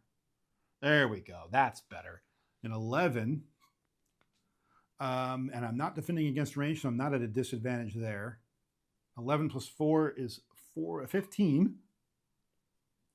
And he's doing a measly 8. So I have dealt him his last blow. He is now dead. I take his XP cube and I move on with my life. Okay.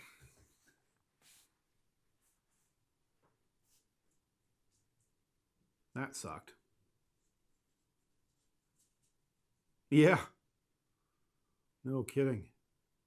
Let's maybe go after this 1 green in the plains on my way back to Ryan's Rest so I can heal again. I'm at 3 hit points, jerk. So Doom Clock. 5. It is still lower, so we're still okay. Movement, we are rolling 1 die instead of 2.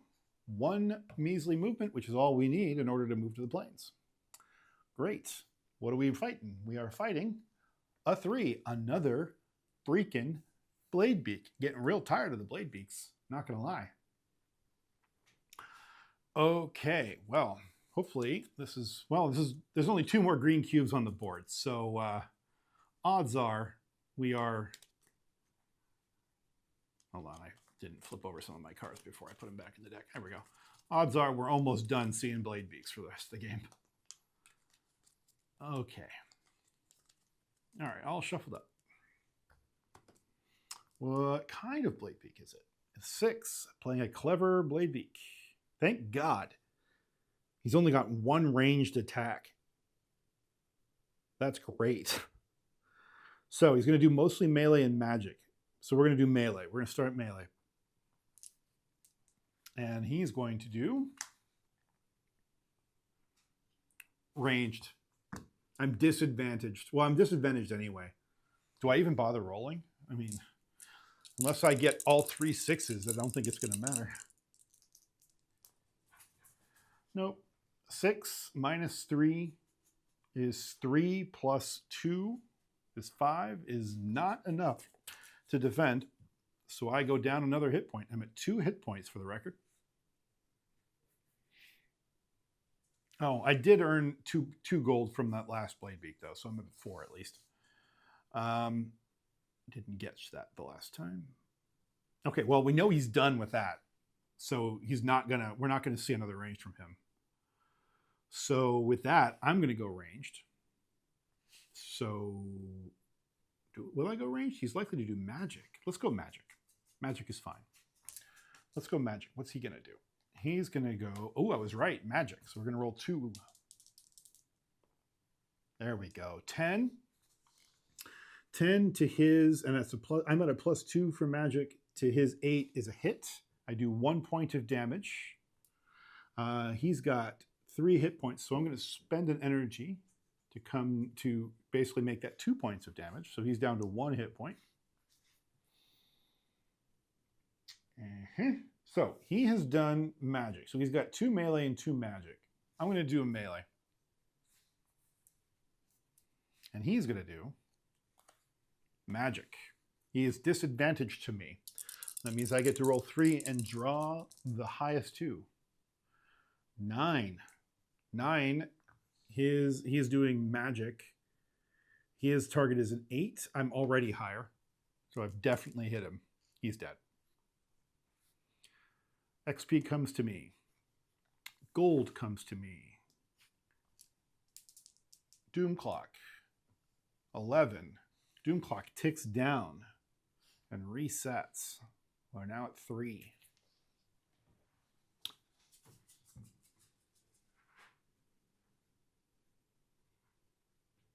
I'm going to go to Ryan's Rest.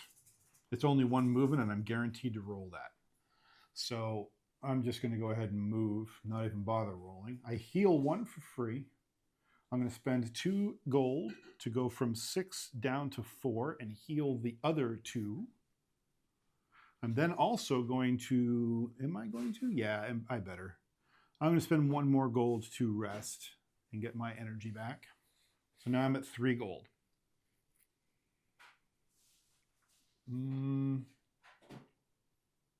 Nothing there to buy, so I'm just going to call that Doom Clock. I rolled an 8. Doom Clock ticks down. Movement. I'm at full health, so I roll 2 dice. I choose the 6. And I move to the swamp for 3. Green comes here. We are going to fight a 6, which is, ooh, I don't think we've fought one of these yet. This is a moon troll.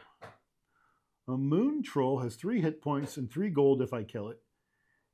Trolls ignore damage from ranged and melee. Holy crap. Oh, only 1 damage. Okay. Only 1 damage. So I can still do some damage, but he's soaking some damage. Those damn troll hides are so strong. Okay.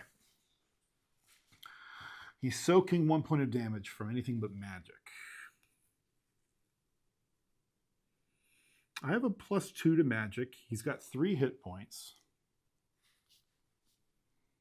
So let's start at magic. What kind of moon troll are we dealing with here? Always a question. Okay. 6, a clever moon troll. That matters because he's going to do a lot of magic, which is his lowest. He also doesn't do any damage except for melee. And he's only going to do melee twice. So he's going to do magic a lot.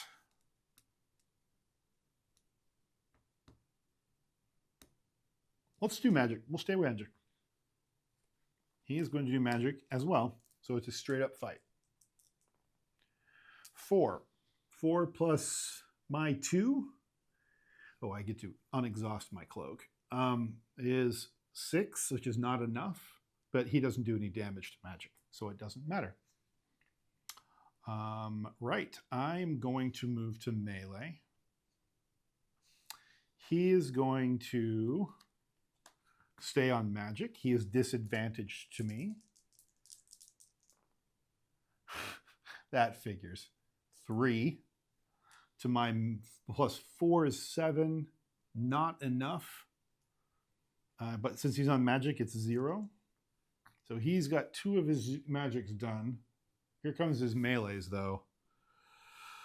We're going to go ranged. We're going to go ranged attack. He's going to do what? He's doing melee. He is disadvantaged to me, but if I don't do this, he's going to hit me for 2 hit points. Okay, 5, 1, and a 1. Oh boy, barely. It's 6 plus 4 is 10, so I hit him. But only just, because I did that upgrade. I'm so glad I did. He soaks one of my 2 damage, so I'm going to burn an XP, or sorry, not an XP, an energy, to make that a +2 instead. So he's down to 1 hit point.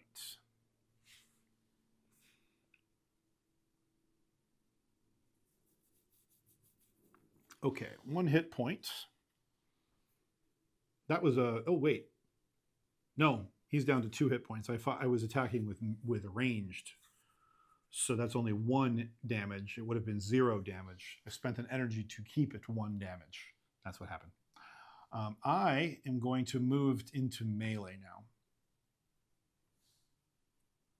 And he is going to do magic, which is disadvantaged to me.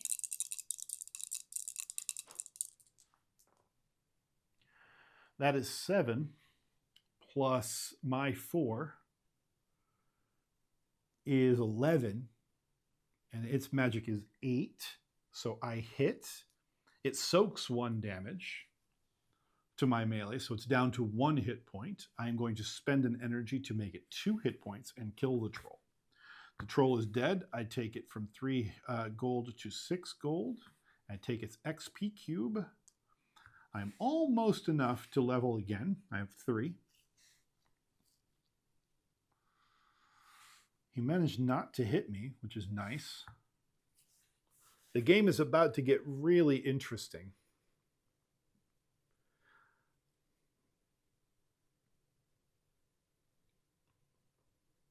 We're going to probably end up doing a yellow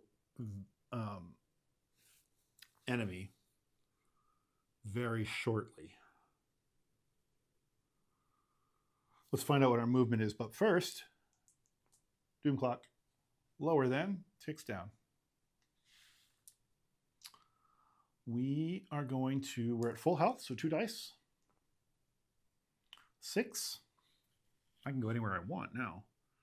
Well, in that case, I'm going to take the full 6 and come over here to the swamp and take the last green. Last green. But that also lets me level 1 more time. I'm probably going to put it back on melee again, because I'm barely making it on those 10 rolls.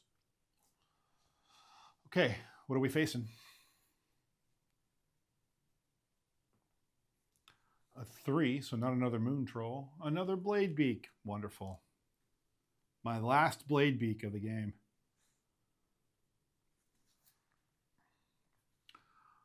Okay. Disadvantaged against defending ranged attacks. So let's hope that my stances are not, or sorry, the enemy type is not a lot of ranged. That would be nice. We are going to be a 5. That's perfect. 5 is tactical. Tactical is 2 ranged, a melee, and magic. So that's great. I'll take that. 2 ranged is great. I'm going to stay melee then. I'm going to stay melee. He is going to go melee as well. Okay, that's fine. I can work with that. I'm defending against it. His target is 8. That's not what I want. I want this one.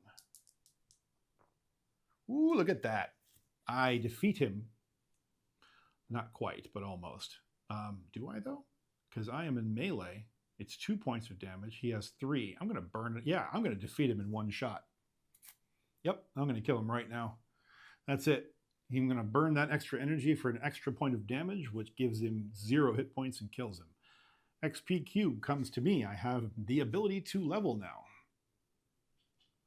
I am going to level up to 4, and I'm going to increase my bonus to melee.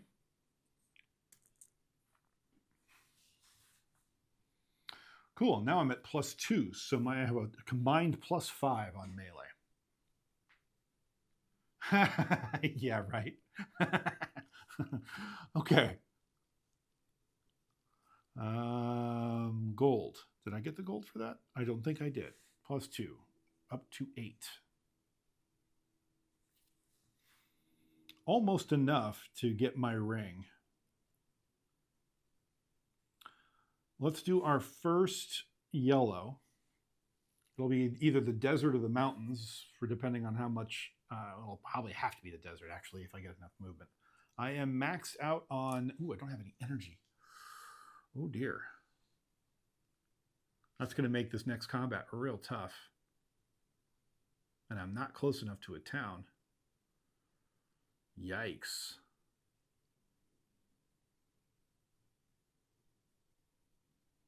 Yikes, I hate that.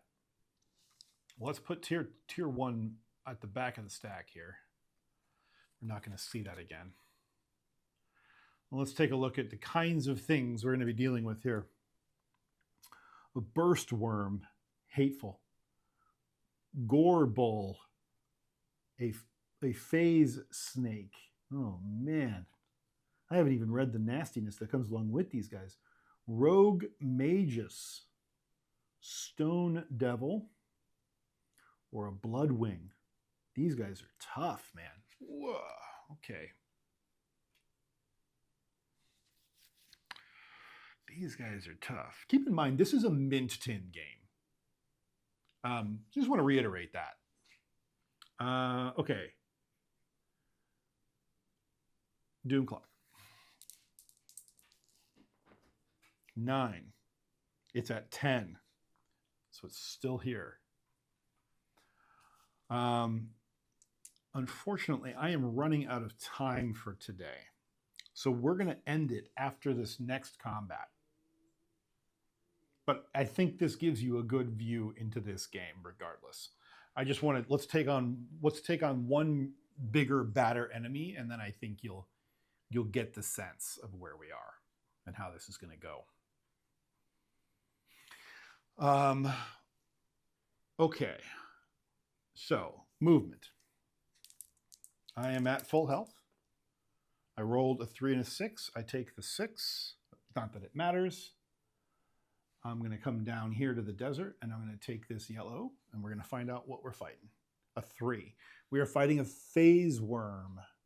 Phase worms deal 2 damage on a melee, 2 damage on a ranged, 1 damage on a melee, and 0 damage on magic. After taking any damage, test 9, where X is your current stance. If I fail, I lose a hit point. Yikes. Okay, here we go. It has 3 hit points. And we don't know what kind it is. Let's find out what kind of enemy it is.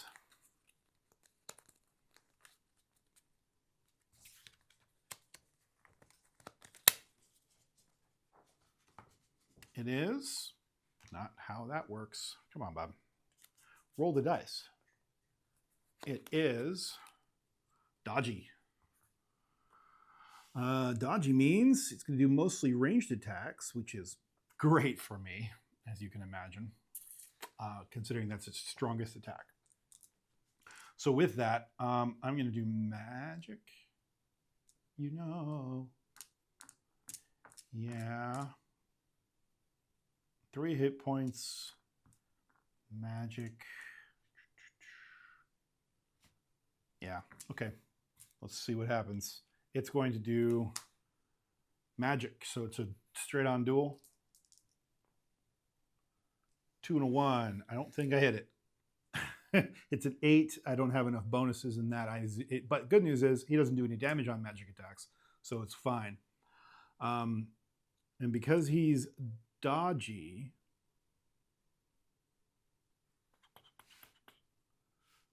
he just did magic, which means he's most likely going to go ranged. I'm going to go ranged.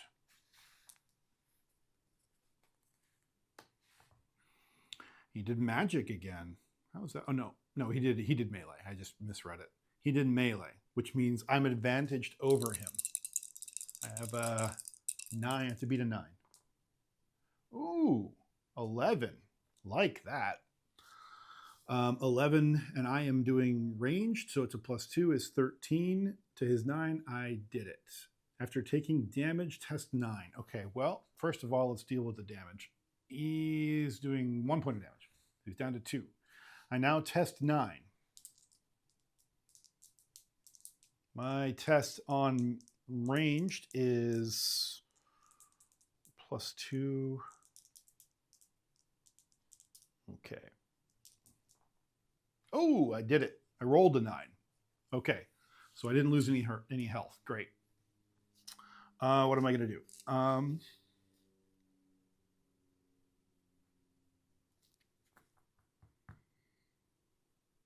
Magic, I think. Yeah. We're going to go magic. Dodgy is ranged. He is disadvantaged to me. 8 plus my 2 is 10. And he is ranged, which is 10, so I hit him. Cool. I do another point of damage. He's down to 1. I don't have any energy, so I can't boost that. And I now have to roll a test, +9. I'm at range, so my bonus is +2. No, I'm at magic, +2. So that's 6 plus 2 is 8, is not 9. Therefore, I go down a hit point. What did he do? He did melee. He did 1 of each. Okay. 1 of each means 2 ranged and a magic. I'm going to go ranged. He's going to go magic. That's not good. Disadvantage to him. Oh, that's a good roll, though. Two 5s and a 6. I'll take your 10. And I was rolling ranged, therefore I'm at +2. That's 12. I defeat his attack. So I deal the last hit point and murder him. He is dead. Okay. I get 3 gold up to 11. And his 2 experience points.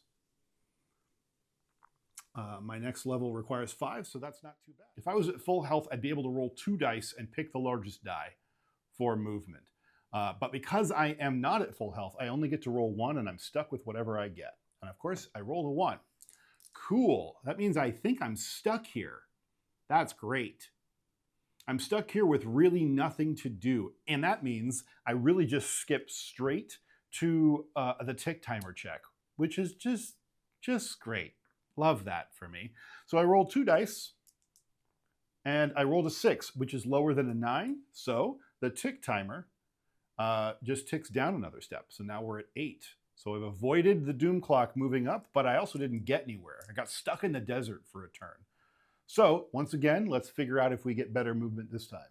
I rolled, what did I roll? I rolled a 3. Okay. Do I get to take 1 step? No, I don't. I can go, I don't want to go to a tier 3 level, tier 3 monster. So, okay, fine. I will just take the 1 step and we'll check the doom clock again. But at least we didn't get stuck. Okay, doom clock is 10. I rolled higher than the tick timer. So therefore, we move to the next level on the doom clock. We are at doom clock level 4 now. And so now the tick timer resets to 12 because I'm playing an easy game. Okay. So it's going to be a little easy to avoid the doom clock moving again for a little while. But as you just saw, I only got to the level 8, or to 8 on the tick timer before we moved to the next level of doom clock. So it could start to speed up on me. We'll see. Okay, so movement again. Where are we at? I rolled a 5. Okay, so now I have 5 movement points. How do I want to move around now? I think let's take on this yellow mountains. That requires 4 movement, and I have 5. It's the hardest area of the map to progress through is mountains, of course. So you got to take that when you can.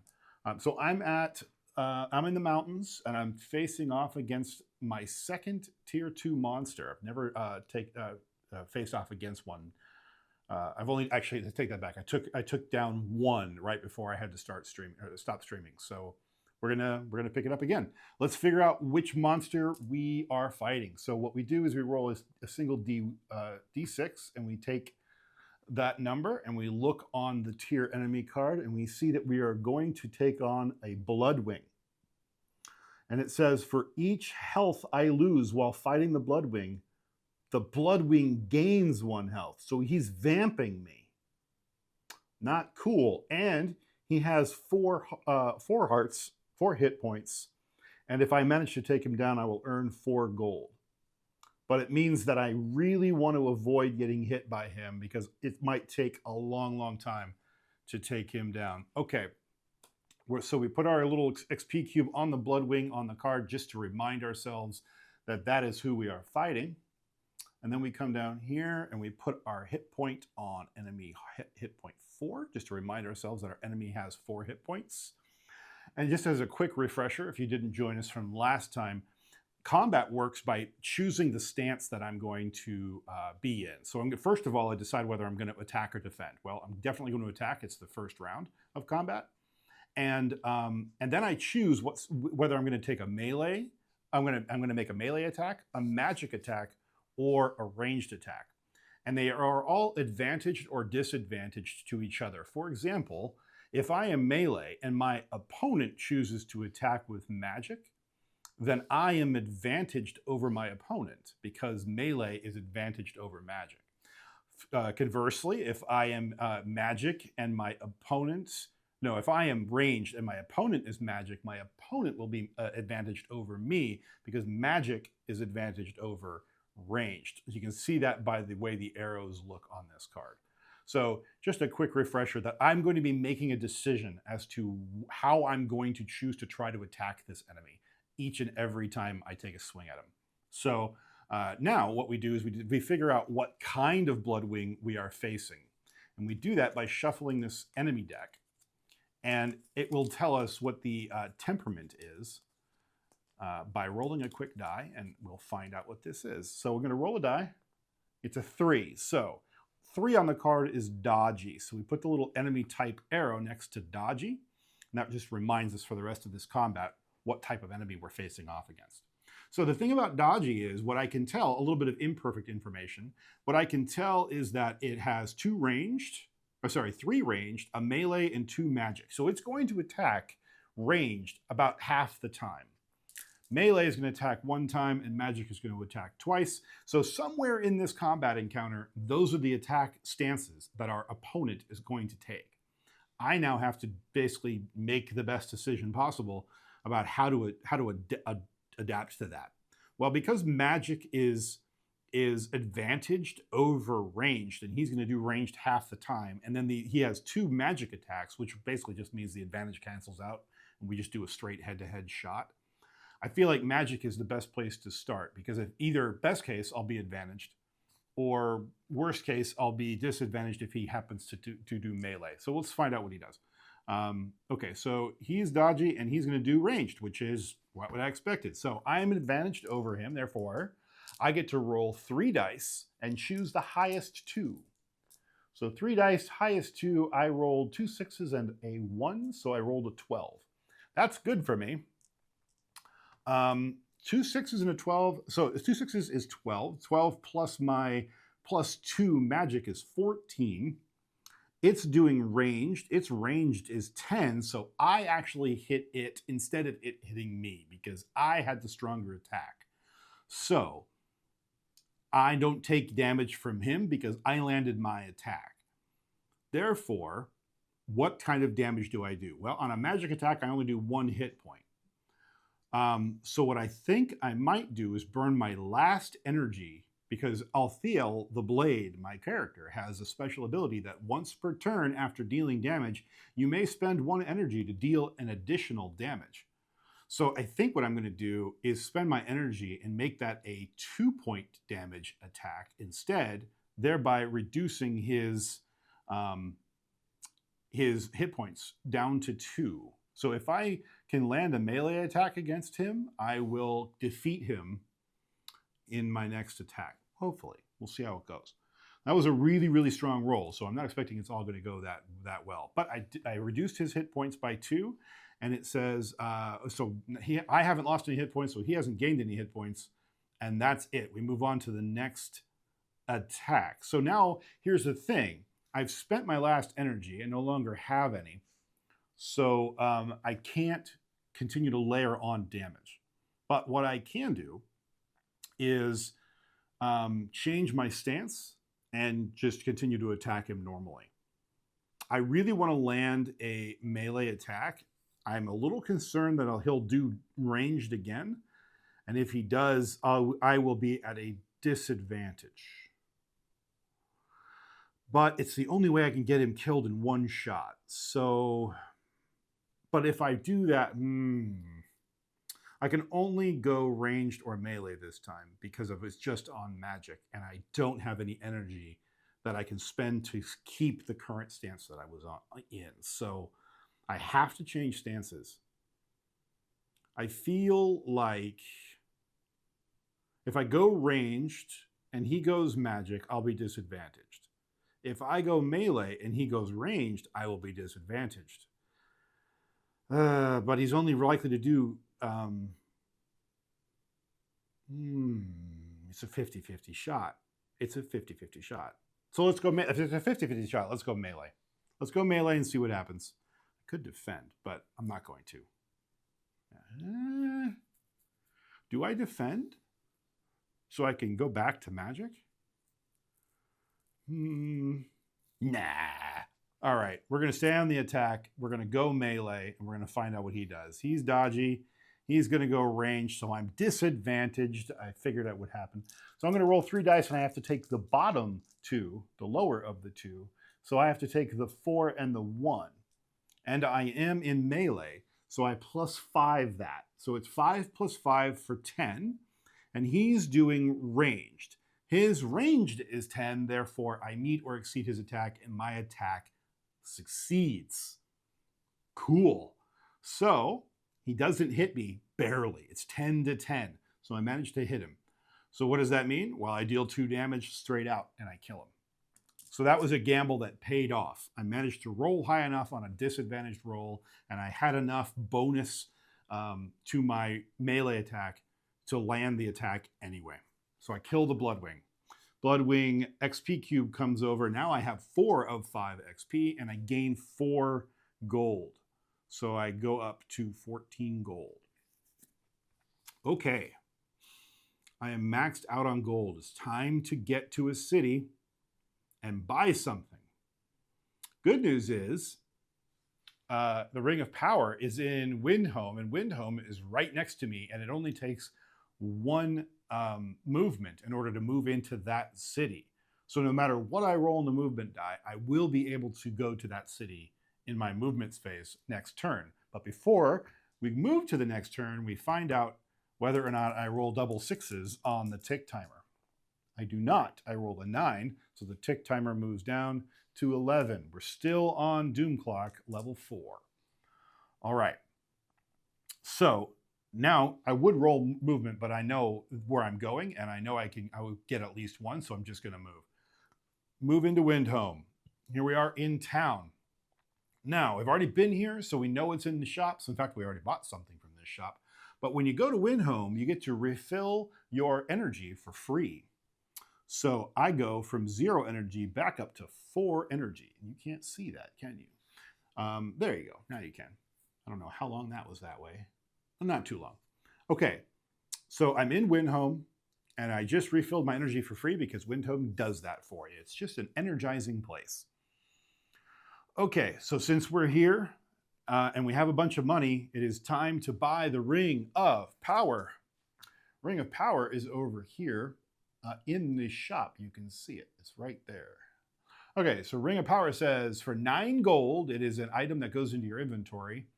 After you make a combat roll, exhaust the Ring of Power to receive a +2 to the result. So Ring of Power helps you Hail Mary an attack. If you're about to lose and you just needed a +2 to push it over the line, the Ring of Power gives that to you. So I'm buying the Ring of Power for 9 gold. Cool. So we come over here and we just put the Ring of Power right here. It's a one shot for every combat, just like the Fencer's Cloak, but maybe it'll bail us out. We'll see. Okay, so I take my gold from 14 down to, what was it, 9? So 5 gold. All right, cool. So I have 5 gold left. Now, I would like to heal myself, so I'm going to spend one of those 5 to heal up. There we go. So now I'm down to 4 gold, and my stats are all maxed out. I still don't have an FXP to level, but that's okay. Do I want to buy that armor? No, I don't. Okay. I think we just move on. So we're going to take off out of Windhome, and we'll check the tick timer real quick. I rolled a 7, so it just ticks down one more step to 10. Cool. I want to move to the plains to take out this yellow opponent. And it's only, the plains are easy to move through. So it's just another 1 movement. So I'm not even going to bother rolling movement. I'm just going to move on in. So I'm going to attack this yellow opponent, this tier 2 enemy in the plains. Let's find out what we're facing. We are facing a 1. A 1 tier 2 enemy is a burst worm. Burst worms ignore 2 damage from your ranged attacks. I hate that. So we just won't be trying to do a ranged attack at all against the burst worm, because I don't do 2 damage against anything with my ranged attack. Okay. Burst worm. Now, let's find out what type of burst worm we're up against. Burst worm, by the way, has 4 hit points again, and also pays out 4 gold. It has 9 range, 11 melee, and 9 magic. Those are our targets to beat when rolling against him. The only attack it deals damage in is its melee attack. It only deals 1 point of damage when it lands an attack, but it's really hard to defend against that. It's an 11, so it's going to be pretty difficult if he decides to go melee. So let's find out what type he is. He is a 5. He is tactical. Okay, so what's cool about a tactical opponent that is strong in melee is that it only has 1 melee attack in its plan. So it's kind of sizing up how it's going to attack me, and it only has 1. So I don't really care if I lose against it when it is attacking on anything other than melee, because I won't take any damage even if he hits me. So burst worm, not too bad. Let's figure out what to do though. So if we know, and the thing is I want to land attacks against it, so I want to make sure I'm advantaged against it at least. It's going to do magic half the time. So I think I'm going to take a swing at it with melee and just hope that it doesn't go ranged. So I'm going to do attack, it's tactic, and I'm going to take a melee attack, and it is tactical, and it goes ranged. So I'm disadvantaged. Of course I am. Of course I am. Okay, well, it wouldn't matter anyway. My bottom 2 are 1 and 2. That was a crappy roll. So I guess technically I probably would have been able to attack it that way, but yeah, it is what it is. So 3 plus 2. Yeah. I was melee. So 3 plus 3 is 6. I don't hit it. I don't hit it. But it's okay. It doesn't deal any damage to me, so I don't care. Moving on. The problem now is I don't want to burn energy to stay in the melee stance. So it just did ranged. So it can do 50-50. No, it's probably likely it's going to do magic again, actually. So I'm going to do magic too. That way, hopefully it'll be a straight up fight. Let's see what it's going to do. Tactical, it does melee, and I'm disadvantaged to that. God, this worm is killing me. Okay, so I am doing 6, because I took the bottom 2 dice when I'm disadvantaged. 6, and I am attacking with magic. Magic is a +2, so that is an 8. It is attacking with melee, which is an 11, so I do not hit it. And it does damage to me for 1 point of damage. So that's not terrible, but it does mean I'm no longer at full health. But what that means, though, is because it did its melee attack, it won't do it again for at least 4 more cards. And we know that. So what is it going to do now? We're definitely going to do magic. So I'm going to go melee so I can hopefully be advantaged over it. Let's see what it does. I am correct. It is doing magic. So I am advantaged. I take the top 2 dice this time. 4 and a 1, which is 5. I have a +5 to my melee. It's attacking with magic. Its magic is 9. So 5 + 5 is 10. I win. I land an attack, finally. So I deal 2 points of damage when I attack with melee. I'm going to burn an energy to add an additional point of damage. That's Athiel's special ability. So I take it from 4 down to 1. One more hit and this thing dies. Okay. It's probably still going to do magic. So I'm going to do magic too. Correct. It does magic. So it's a straight up fight. Just 2 dice, and that's what it is. And I rolled an 11. I definitely hit it. Its magic is 9, so even without the bonuses, I definitely hit it. So I deal with 1 point of damage. I don't have to add more damage to it, and I kill the burst worm. So now I have 6 experience points banked up. So it is time to level up. But before we level up, no, we do level up. We level up first. And I've been missing something, actually. There is a, you gain something at the beginning of every round, I believe. I believe you get to rest up. You get to, where is it?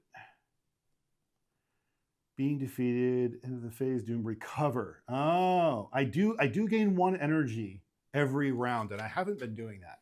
I should definitely be taking advantage of that. And I've just been letting that go. So I have to remember that I haven't been taking my recover step. Okay, but I get to level up first. So let's look at leveling. And you've been on the leveling screen this entire time, haven't you? Apologies for that.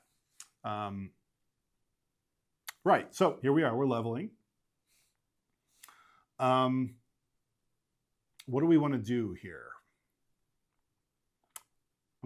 I feel like I'm kind of okay on hit points. Part of me wants to just keep leveling up melee. Yeah. It's expensive though, and I'm like, do I take a bonus? I already have a weapon that gives me a +2 bonus on ranged. And I have a natural +2 bonus on magic. Is that going to continue to be enough though, as we get into level 3s? I don't know.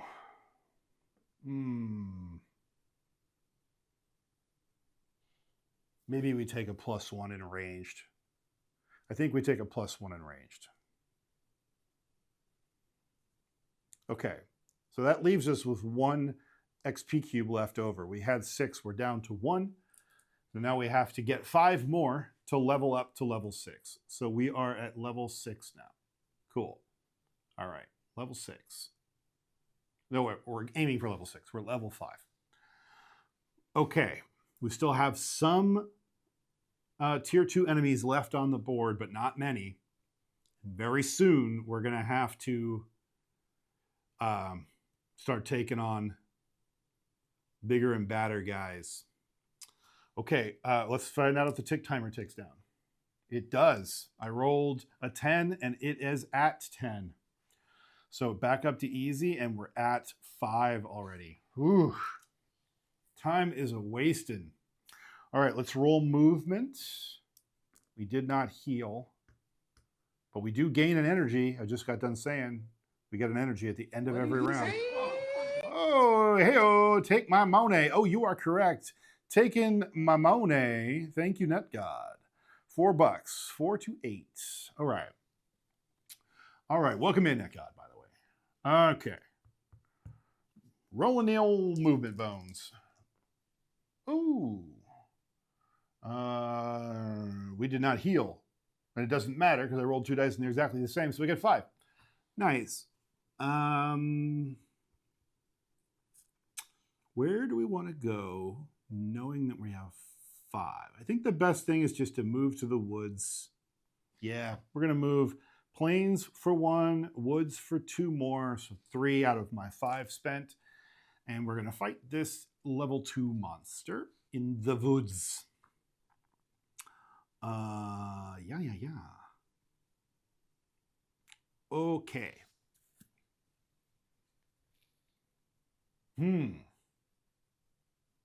Yeah, okay. Let's find out what we're doing.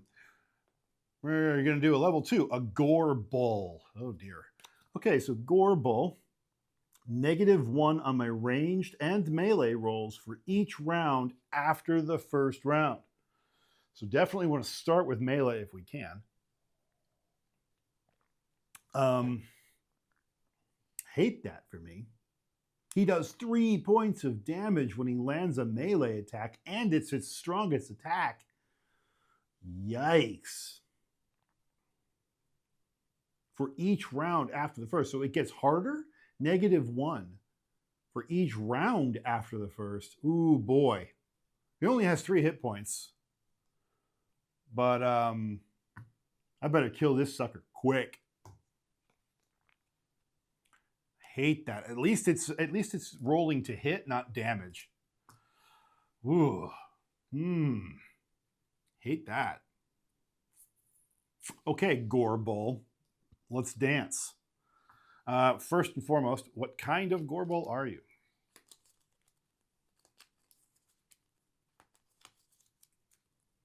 Shuffle, shuffle, shuffle. Roll the die. Oh, of course you're a clever gore bull. Thankfully clever, I guess, if you want to say thankfully. It only has 2 melee attacks. I can only get hit by this thing once, and I'm going to have to run away. So if it attacks me melee, because I don't have enough hit points to stay in the fight. So, or I could just try to do my best and then lose a bunch of gold. But I have 8 gold. I'd rather not lose that much gold. I'm gonna lose 5 gold if I die on this fight. That's a lot of money. And I'd like to get over here to Gallivanton to see what other stuff is in his shop.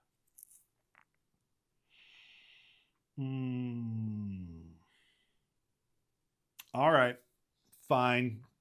Well, since he is clever and most of his attacks are going to be magic based, that's pretty decent for me. It's his lowest attack, and he deals no damage with magic. So let's start with melee and see if I get lucky on the card pull. Maybe, just maybe, this will go my way. We'll see. He is going to do melee. Oh, God. Okay, fine.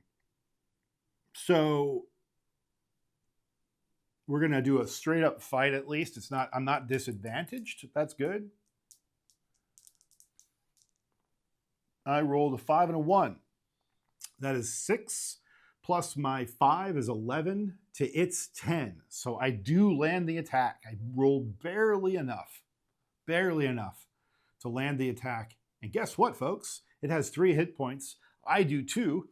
So I burn 1 additional energy to deal 3. And I kill it straight out. 1 shot, 1 kill. Bye-bye, Gore Bull. So now we are at 3 experience, and I gain 3 gold. 1, 2, 3. Yes, Netgod, I remembered. Thank you. Thank you. Okay. Gorbel dead. Money taken. XP cube taken. Energy at the end of the round taken. 1 energy reserve comes back. I was forgetting that the entire time we were playing this. I don't know if you were here for that. But that discovery was welcome. So I get a little extra energy back, which is cool. Yeah. So Doomplock. Let's see about that tick timer. Oh. I just reset the tick timer and it's at 12 right now, and I rolled an 11. So I barely cleared. Okay. Yikes. Rolling for movement, 1 die. We rolled a 5. That's good. We move to the swamp, and we take on another yellow opponent. Yes, I'm aware I'm pushing my luck, but No. I guess I could go to Gallivanting first. I have enough money.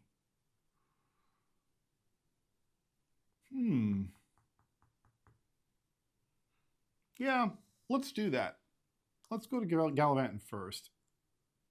And I can get a +1 gold for selling stuff here. But before I do that, let's find out what he's got in the shops. Scream, scream, scream.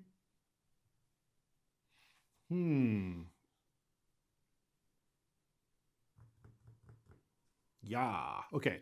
He is going to the shop. He has an armor in this shop, so he's going to pull a trinket and a weapon. Please be good. Please be good. Okay. What did we get? We got boop. Stinging Sling, another ranged combat. I was hoping for either a magic or a melee weapon, but it's a before combat check. Before combat, exhaust the sling to make a ranged attack against its whatever you're facing, its ranged value. If successful, deal 1 damage. So it's just like a quick sling, and you just deal 1 damage off the top. Okay. Rune of Sparks.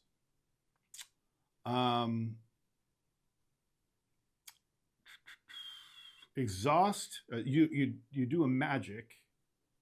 Let's see. Oh, when you do a magic attack, exhaust to add +2 to your roll and deal 1 damage. Okay, so it makes sure that a magic attack lands. I'm not really too keen on any of this. I think I like my current gear better. The war camp isn't far away. So I think I might run. What? Deal +1 damage. What? Where? Oh. Yeah. Okay.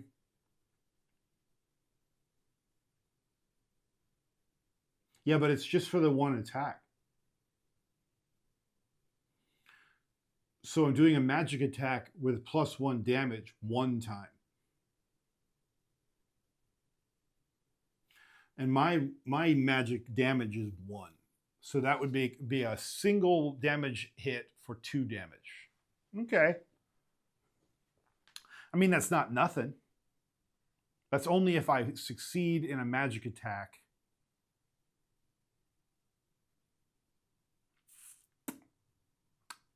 I mean, it could get me out of some trouble. I'm not going to lie. That's true. $5. Do I buy it? I mean, why not? You're not wrong. I have $11. I'd go down to 6. And yeah, why not? I can have as many as I want, and I can always sell it back for something. So I'll go ahead and take it. It's fine. Now, can you see that? You can't. Can you see that here? Oh, you can. Excellent. Oh, no, you can't. That's all right. I can scoochy slidey. Scoochy slidey. Come on. Come on. Scoochy scoochy. Oh, no, scoochy scoochy. Fine. Aha. I'll make it work. I will make it work. Okay. No, I can buy multiple, but I don't like the rest of it. Not enough. So I just want to see more stuff. I have a feeling there's better stuff out there. And there's another camp not far away. So I think I'm going to go up and see what they've got. And I'll probably, since I just spent $5 on the Rune of Sparks, I'll probably bounce through that swamp and take care of that tier 2 enemy on the way and get some more cash. So, is there anything else I want to do in this town? Yeah, since I'm here, I will spend a gold and heal up 1 step so I can get my max movement. I'm already tapped up on energy, so that's good. I should probably increase my energy with my next level up. But since I recharge one energy at the end of every round, I'm frankly, a little less incentivized to do that. Hold on a second. I wonder if it's windy outside. Strange. Okay. So, okay, we'll figure that out later. Doom clock first, since we're leaving town. Rolled an 8, so doom clock just ticks on down, no problem. And then movement, since we are at full health, we roll 2 and take the highest. Get 6 apparently. Do I want to take that advantage and see if we can't get somewhere? 1, 2, 3, 1, 2, 3. No. I mean, I could get most of the way to these 2 yellow down here. I would end up at the swamp and not be able to do anything. No, I don't think so. I think we do take care of this other yellow guy on the corner here. So we move 3 out of our 6, and we go to the swamp, and we find out what we're facing. We are facing a die on the floor. That's what we are facing. We are facing a 5. 5 is a stone devil. 4 hearts, 4 gold. Before combat, test range 10. Oh my god. If I fail, I take 4 damage.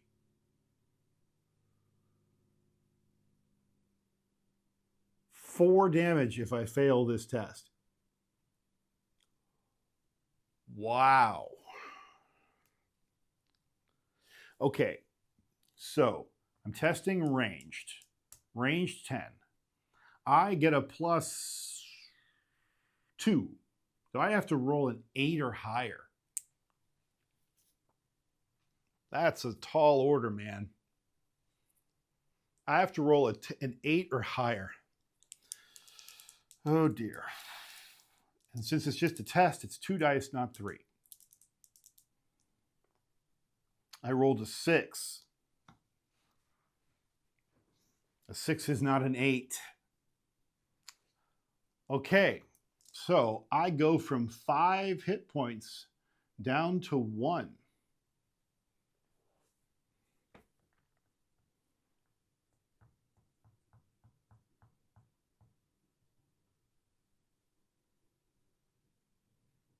Are you thinking what I'm thinking?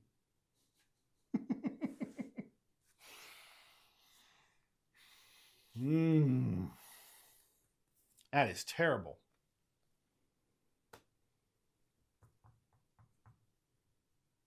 Oh, and by the way, it deals 4 points of damage on a melee attack. Run away. Running away. So, we switch our stance from attack to defend. We get a +1 to our defend roll. And am just defending against its attack. That's it. So let's find out what type of enemy we're dealing with, first of all. So I can tell what I'm going to be dealing with. I guess it doesn't really matter, but I need to know. I need to flip over a card, right?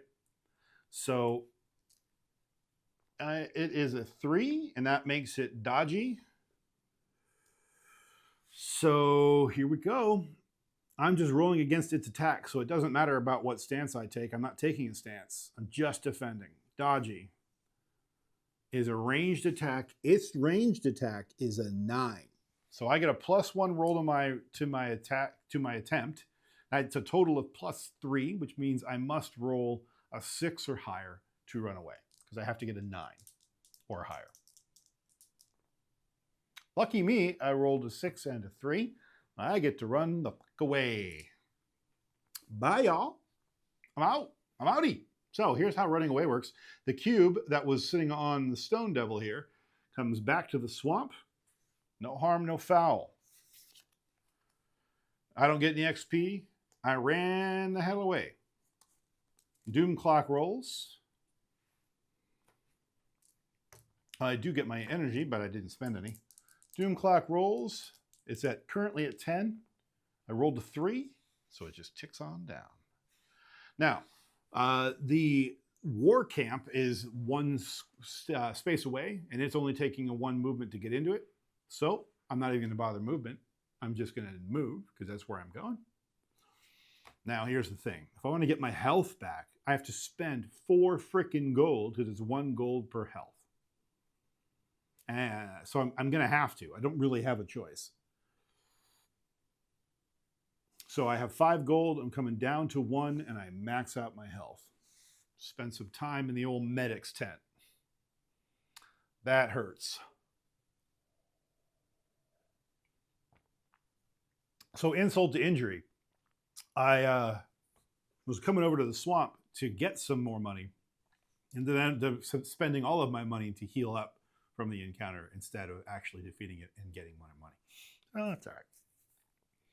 All right, well, since we're here, we might as well see what they got. I can't afford any of it, but let's go see what he's got. So they've already got a trinket. So we're going to, ooh, this is now more what I'm talking about here. We have a heavy hammer. Only costs $3 too. Interesting. Talk about what that does in a moment.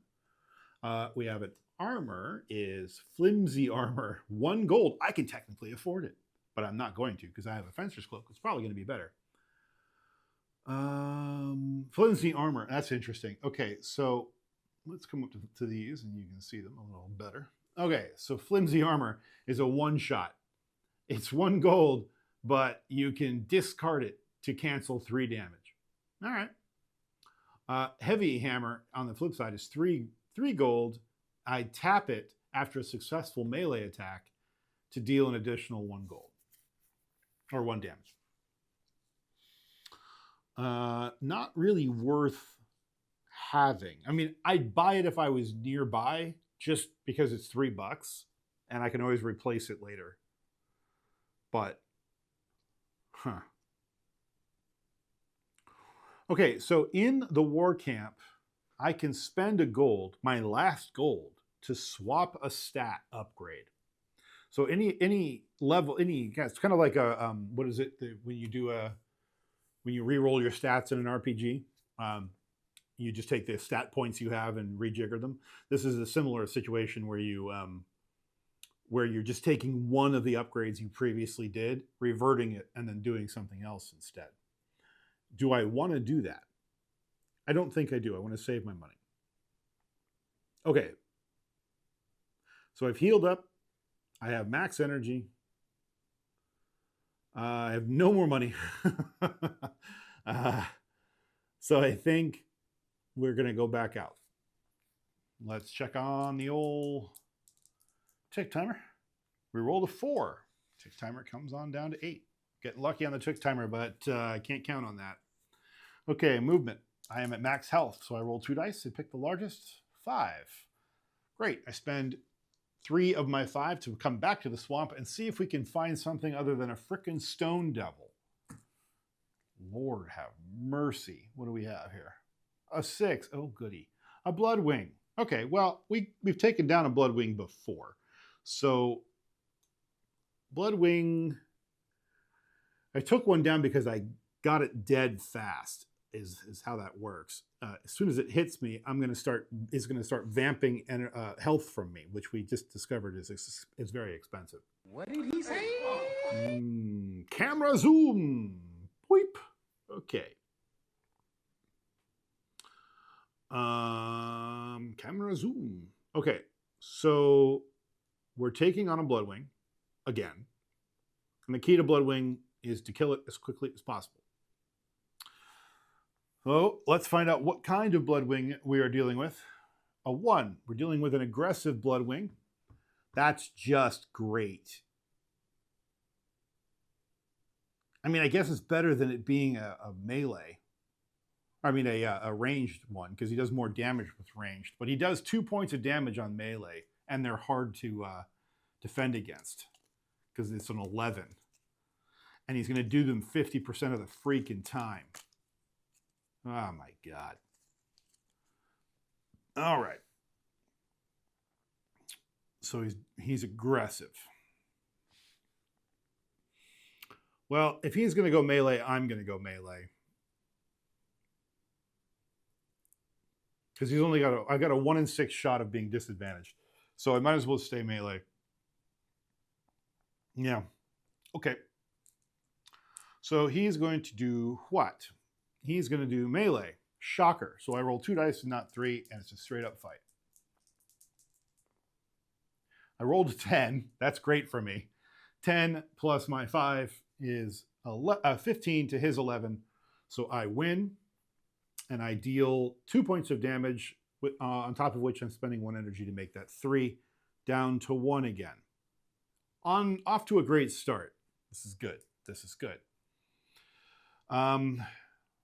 You know, I liked that so much. I'm tempted. I think I'm going to. I'm going to spend another energy to keep my stance melee.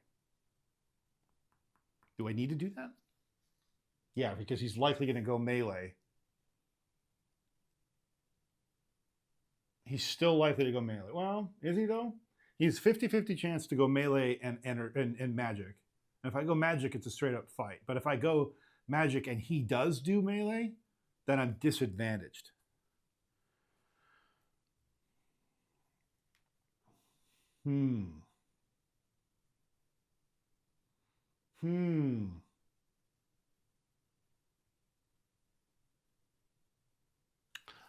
I think I'm gonna go with my gut. I'm gonna spend the energy, the extra energy, and I'm gonna stay melee. What's he gonna do? I was correct. He went melee again. Straight up fight. His melee is 11. I rolled a 9 plus my 5 is 14. Merder. I'm not going to spend the energy to tack on energy because I don't, or I mean damage because I don't have to. He's dead. So I'm now at 5 experience. I get $4, so I'm up to 5 again. Thank goodness. I recover 1 energy. What do I do? I don't have to level. I can't level yet. I'm 1 experience away from that. So the only trick now is I'm way over here and there's no other yellow around me. I have them on the fringes.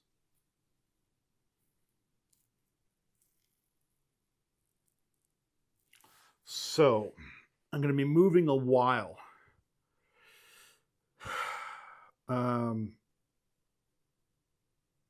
I've seen everything in these 3 shops. I don't really want to revisit these. I want to see more stuff. I would like to come down south and see some of these other things. Oh, we were in Windhome and we didn't deal out the cards. We should have.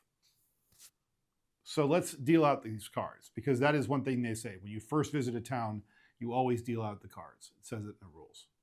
Okay, Biting Dagger is +1 reroll on melee, or +1 roll to my roll in melee. I have a pretty decent +1 on my, or plus on my melee already. Then we have a Ring of Protection, though. 4 gold, exhaust to reroll when defending. Okay. I mean, that's good.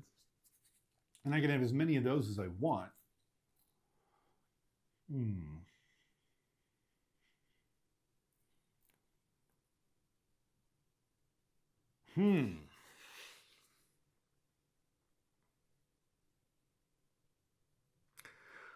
Let's see here.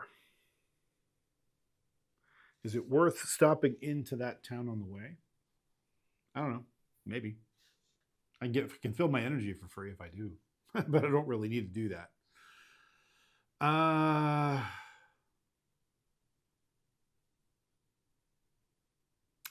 guess we'll deal with that when the time comes. Okay, we're here. Let's see about the tick timer. We're at 8 right now on the tick timer. I rolled a 5, down to 7 on the tick timer. We are at max health, so we roll 2 dice on movement.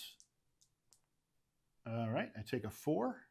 Oh, that's nice. I can go 1, 2, 3, 4. Great. I refill an energy. Check on the tick timer. 8. Unfortunately, tick timer resets to 12, and we move to Doom level 6. It is becoming evening, as they say.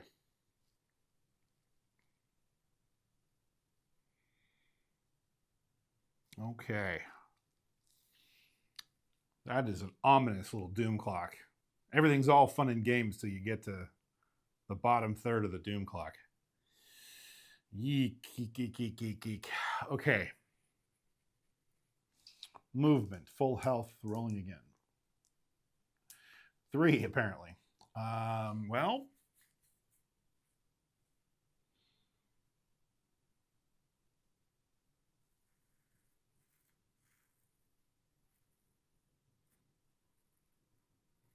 I don't have enough movement to make it into the swamp. I need 4 to do that.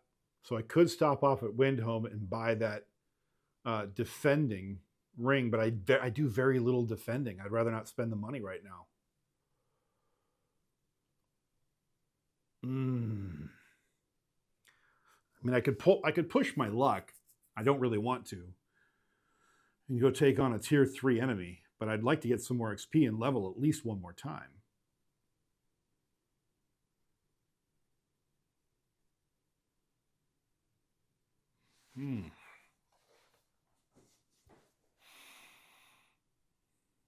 I think we'll just go to Windhome and burn a turn. I hate to do it. I'm already maxed up on energy.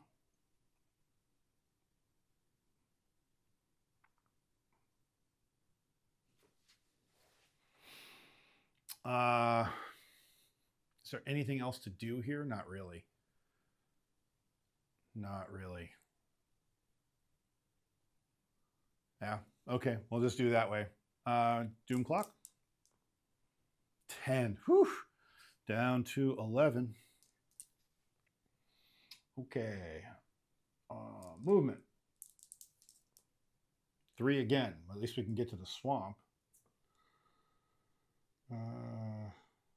Yeah, I mean, we're slogging along. Getting down here. Doom clock. 5. Ticks on down to 10. Movement. 2. Ooh, it's just enough to get to the crags. Lucky me. Okay, yellow opponent. What are we fighting? A 2. We are fighting a frickin' Gorbowl again. Oh my god. At least the Gorbowl's not going to drain my health in one shot before the combat even starts. I guess I should count my blessings. So it's 3 hit points, and we're going to go on the attack.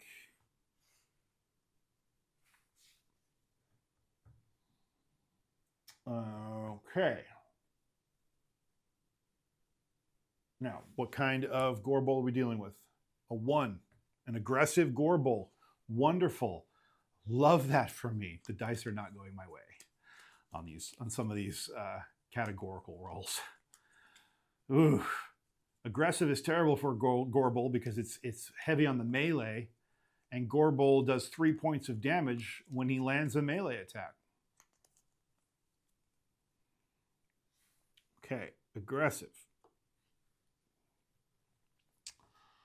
Now, I think I'm going to start melee. Try to cancel some of his benefit. Yep, and he went melee as expected. So we rolled 2. My target is 10. I rolled a 6, which puts me at 11.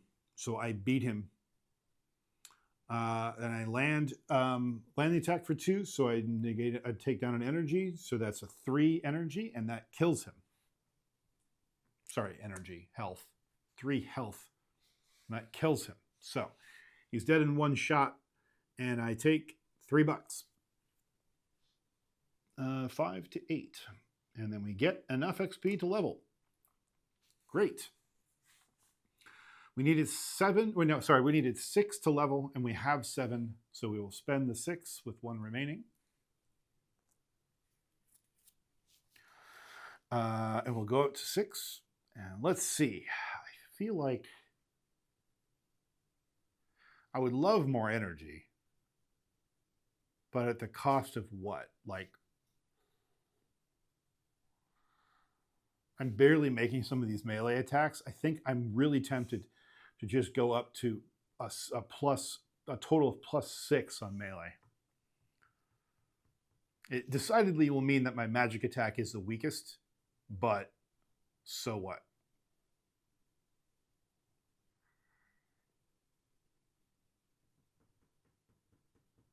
That's true. Yeah, okay. So in order to level now, we need 6 more because we have 1 leftover experience cube. We need 6 more XP for a total of 7.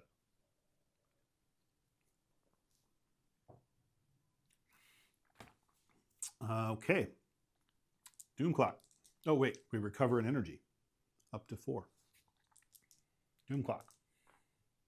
9. It is at 10. Woo-hoo-hoo-hoo. Okay, down to 9. Movement. We're at max health. 6. That's great. We can move into the mountains. One of the second to the last yellow cube, and I'm probably never getting back up there to attack that other one. So after this, realistically, we're taking on blue opponents. Here goes our last yellow opponent. What'll it be? A 5. Please, please. Oh, no. It's a stone devil. Before combat, range 10. Here we go. Not this again. Range 10, I get a plus 3. So I have to roll 7 or higher. 7 or higher. There it is, y'all. You couldn't see the 5. That's funny. Okay, so he doesn't hit us. Now, let's find out what he is. Because he still does 4 points of damage on a successful melee attack. Do I want to sign myself up for that?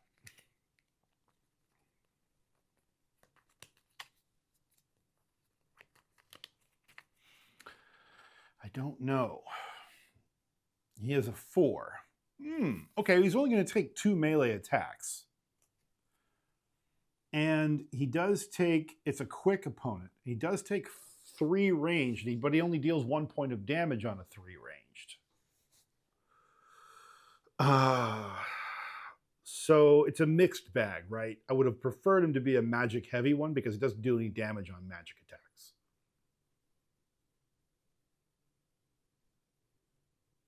I can run.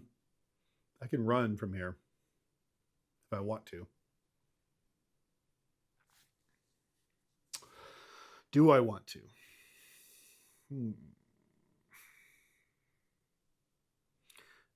I don't know. He has 4 hit points. Nothing I can do will defeat him in 1 shot.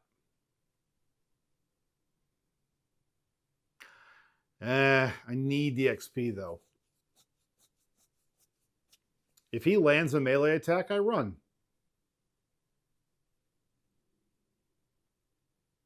I think that's the best I can do. Okay, so I'm staying with melee. I'm going to try to cancel out his melee. He is, what did I say he was? Quick, right? He's going ranged. I'm disadvantaged. Great. But with ranged, at least he's only dealing 1 point of damage. So, wow, can I re-roll anything? Ooh, that's terrible. What can I do there? Anything? If I could add a +2, which would be a 5, is that enough? What am I fighting? A Bloodwing? No, I'm fighting a Stone Devil, and he's going ranged. That actually would be enough. Okay, so I have a 3 +5. No, +6. That's enough right there. Never mind. I don't have to actually tap the Ring of Power to save me. 3 +6, because I have a 3 +3 +3. That's how that works. Meets the goal of 9. Boom! I do 2 points of damage. Spend an energy. Go to 3 points of damage. So, is it now down to 1?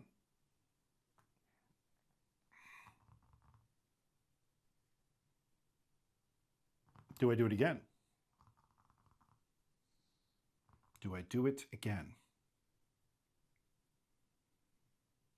Yes. Yes, I spend the energy and I stay in melee.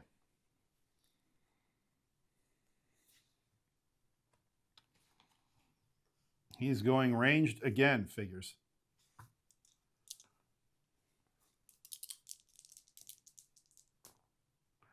Okay, bottom two. Now I do have to do it. Fine. I will tap the Ring of Power. After you make a combat roll, exhaust to receive a +2 to the result. 2 + 2 is 4, plus my 6 is 10. I defeat him. So I reset all of my gear. And I take an energy back. And I take the money, which was 4 gold, to 12. And I take its XP cube as my trophy. Excellent. All right. Now, what are we doing? We are going to the mountains, I think. At least I hope. No, are we? We could go over to Marketing and go to the shop right there. We don't really have to, though. We're at full health. Thank you. Oh, thank you. Oh, thank you.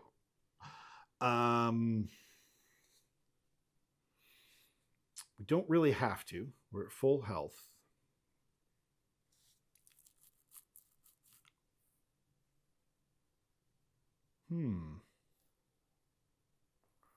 Well, now, isn't that interesting?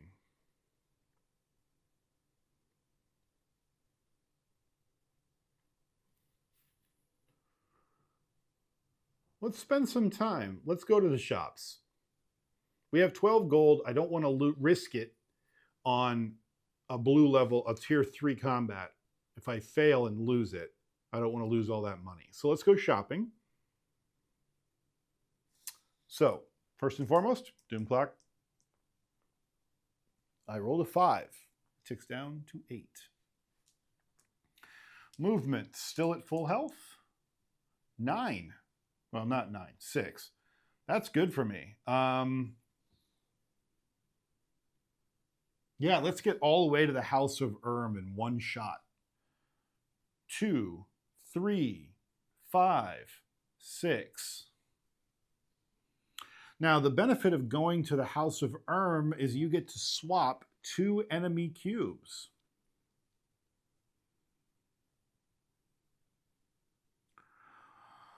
So,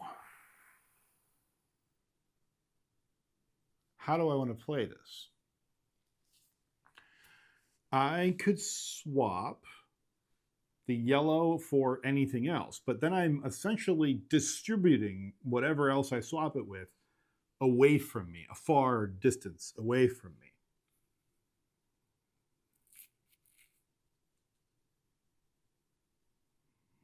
But maybe what I do is I swap this red, this Realm Lord, with the yellow. And if I need to go fighting a 4th time red, I can run up here to this one because I'll be over here by then, and that's like really low movement to get over there. So it's not the end of the world. On the flip side, having another 2 experience points right now wouldn't suck before I get into these blues. So yeah, I think I'm going to do that. I'm going to swap this yellow with this red. I thought for a half a second about swapping it with a blue one just so I'd have extra blue nearby me, but let's capitalize on this. Okay, so since we're in town, I get to see what other cards are here. So I get to see another weapon. Soul Render. Oh, goody. Let's come on down so you can see these in real time with me. Okay. There's Soul Render. 11 gold. I have enough to buy it. Melee or magic. After a successful attack, exhaust to deal 3 damage. Holy crap. Soul Render indeed. This is the kind of card I was waiting to see.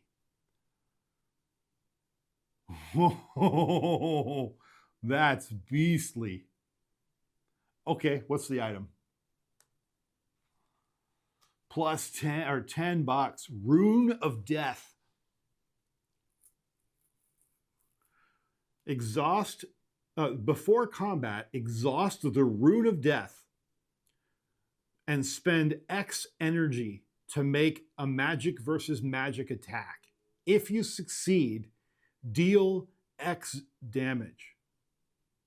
So let's say that I spend my next experience, or my next level, leveling up to 6 energy. And I tap the Rune of Death and I spend all 6 energy. I then make the magic versus magic attack and I succeed. I will then deal 6 damage.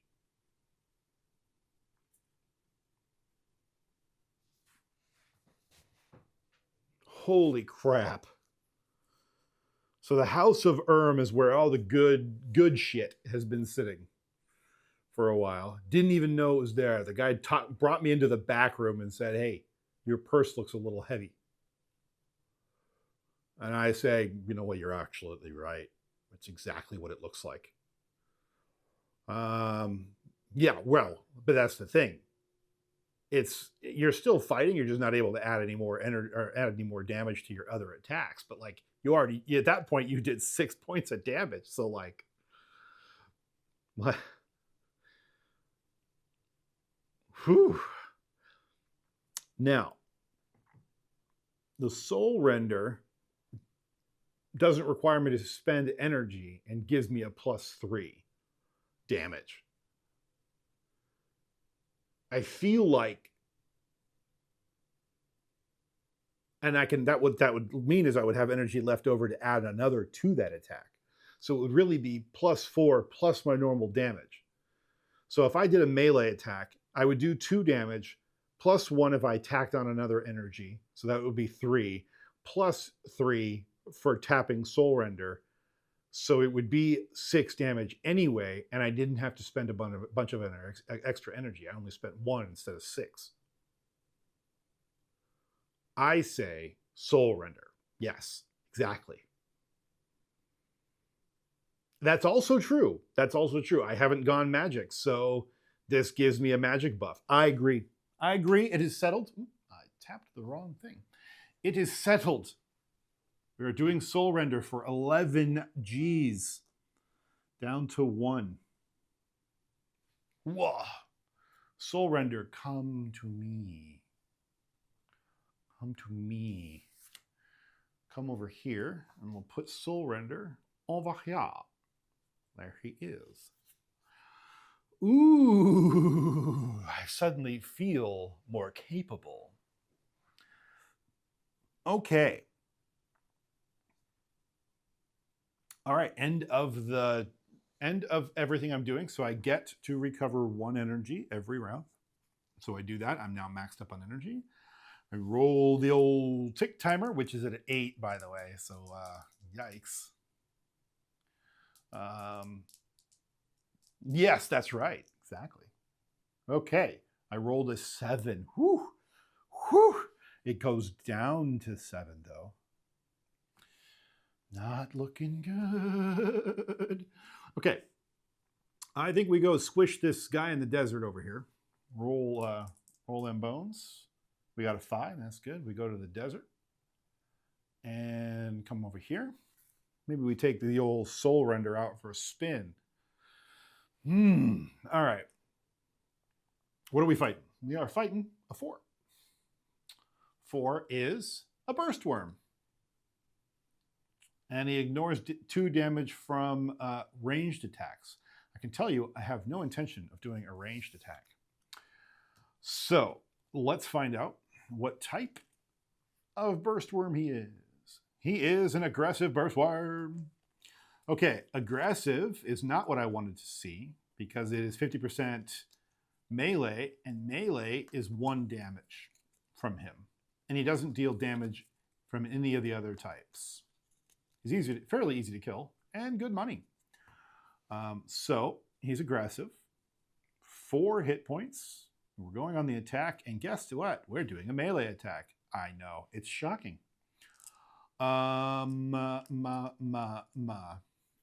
Burst worm. So what's he going to do? Probably melee, I'm guessing. Yep, melee. Straight up fight.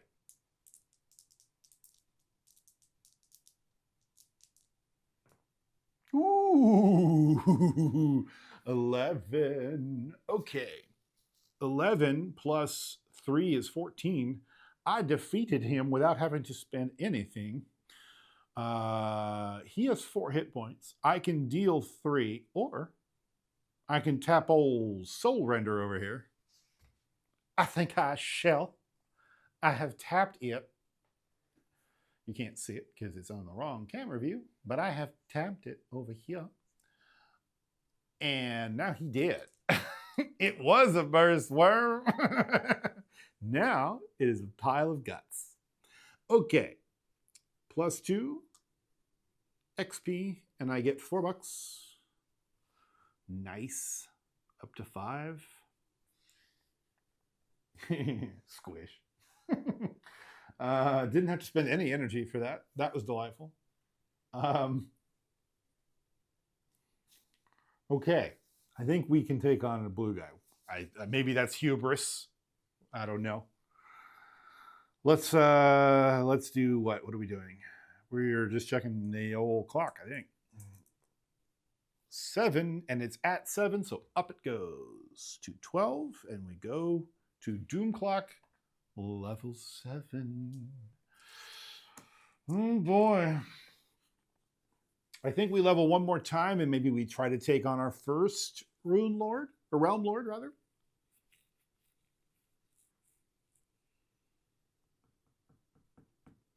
That may be hubris. Maybe we need to do a bit more fighting first. I don't know. Maybe we do 2 blues.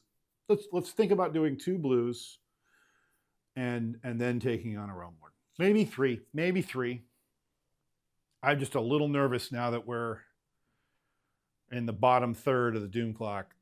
I got three Doom Clock levels to go before I lose this game.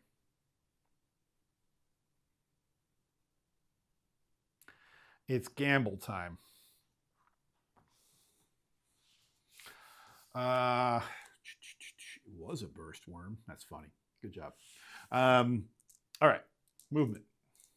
How much money did you get from that pile of guts? $4. So I'm up to 5. So I got a 4 movement. I can get to, yeah, let's do that. I can go 1, 2, 3, 4. Take on our very first tier 3 enemy, the blue. Now, I've never seen this card. No idea what it do. Let's find out what we got. A 5, great. I have a feeling that the higher the number, the more nasty the enemy. So 5. Flame Ogre, 5 hit points, 5 gold, and does 5 damage. He will kill me in 1 swing. Flame Ogre deals 1 damage if it takes any damage while it's in magic stance. Yikes. This thing gonna squish my face. Okay. Flame Ogre. Game on. Let's find out what kind. I think it's going to really matter. 3. He's going to be dodgy. He's going to be in magic stance twice. He doesn't do any damage while in magic stance, though. By the way, I did see a note about these kinds of things from the designer. If you manage to kill the ogre, it does not deal the damage that it would have dealt. You basically killed it before it had a chance. So only if you hit it while it's in that stance and it lives, then it hurts you. Okay. It is a 3, it said, so it is dodgy. I'm gonna go. I mean, come on. 50% of the time he's gonna be disadvantaging me. But my pluses are high enough. I feel like I'll be all right on a melee, even if I get a pretty crappy roll, even disadvantaged.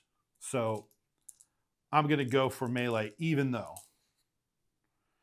Dodgy, he's going ranged. I am disadvantaged. I figured he would.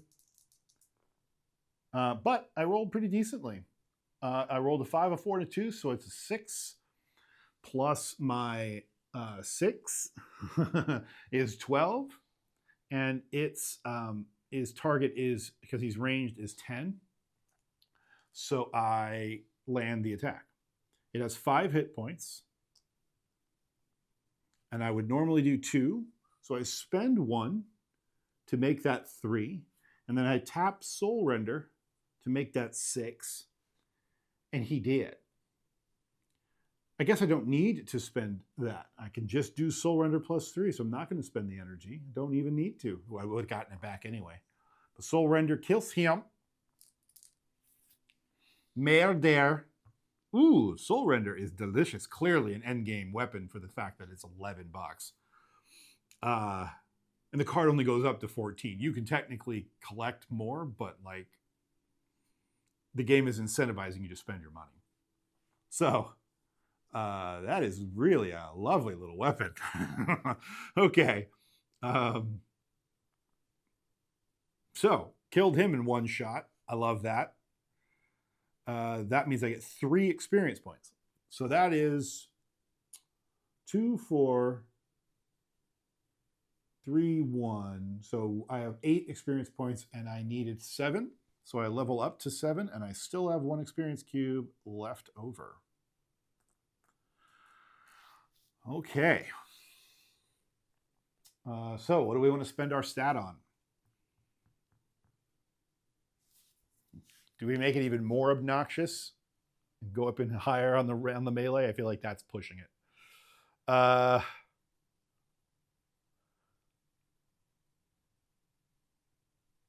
We're only at a +2 magic, and the Soul Render can be used on a magic attack. Right. I was thinking that. But on the other hand, I feel like I almost should go up on health, because there's some of these monsters are dealing 5 hits now. You know, like I can't even survive 1 hit, and I'm not even I haven't even dealt with the Realm Lords yet.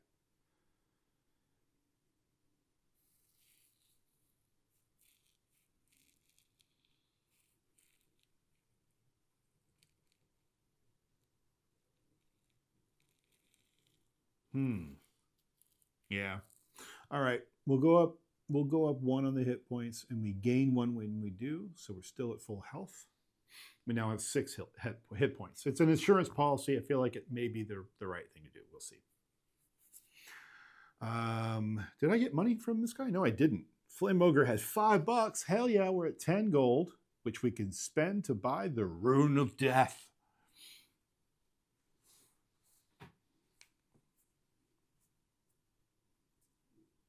Now, that is hell of a gamble, though.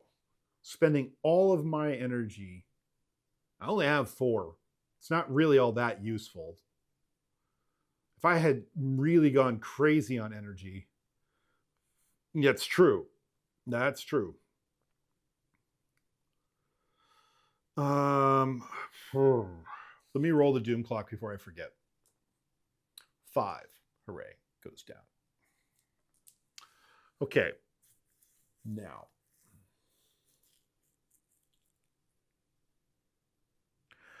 I'm at that stage where I don't want to lose a combat because I've got enough money. I'd like to go spend that money. Do I buy the Ring of Death or the Rune of Death, or do I go down to the last remaining market we haven't seen and we flip a couple more cards and see what they have?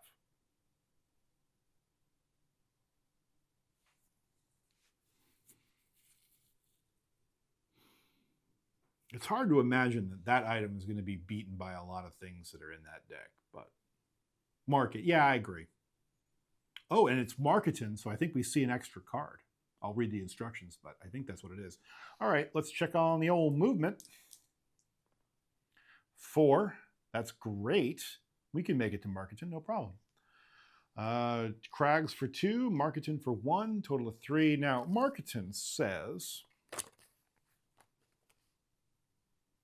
draw an additional item card of my choice for this town, first visit only. Excellent. Well, first things first, we fill in what's missing, which is the armor. We'll come down so you can see that again. Doop. Yeah.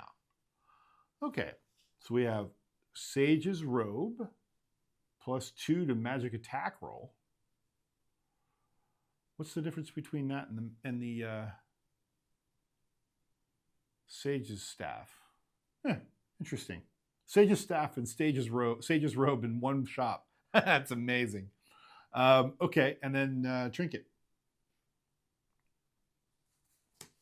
Rune of Healing. Exhaust at any time outside of combat to test Magic 9. If successful, heal 2. That just saves money and time getting to a city, I guess. All right. Now, what do we want to draw more of? You know what I haven't been impressed with so far is armor. I have the Fencer's Cloak, which lets me have a single mulligan on an attack roll. In the upper levels, that might be pretty good to have. But do I want to see if we can get an upper level armor out of that deck and see if there's something that makes me think twice? Something that'll soak some damage?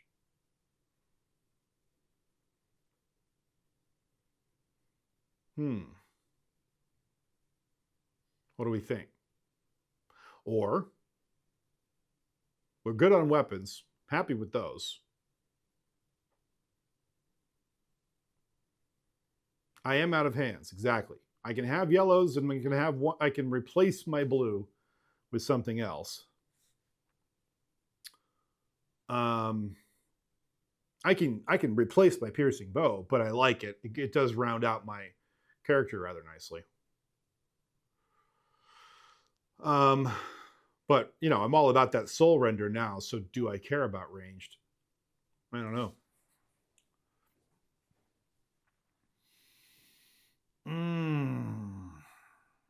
Yeah, let's do one more armor. Let's see. What do we get? I'll put it over here. Burning Robe. If you successfully defend, deal 1 damage. It's an always thing. That's nice.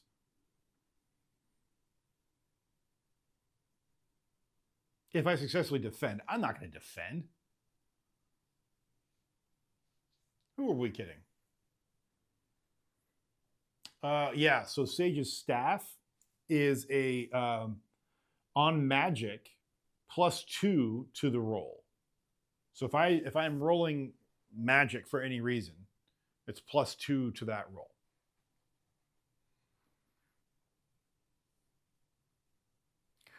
Which, you know, wouldn't suck.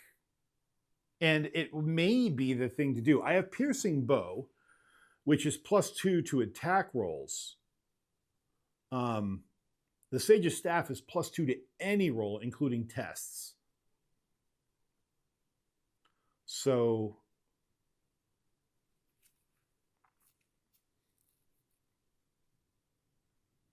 why I'm contemplating this is I might sell the Piercing Bow for 3 gold, because it's half the value you get back when you sell it.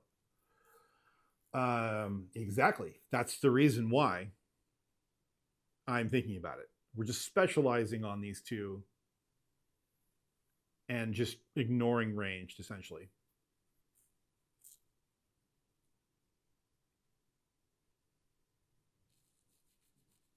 I like it.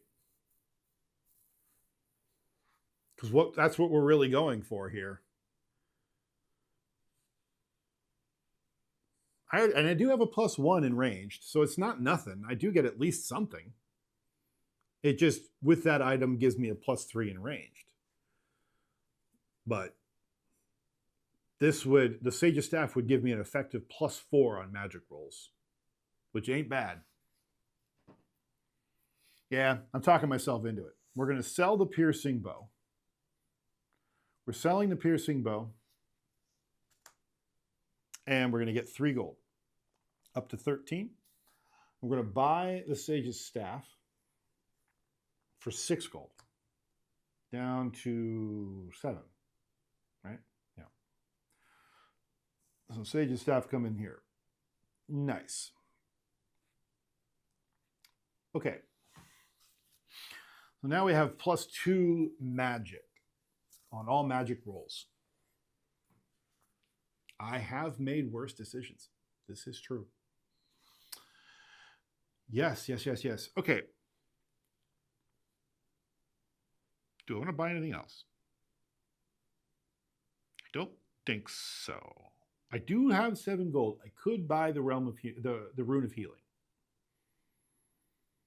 Now the rune of death is tantalizing, but I don't have a ton of energy.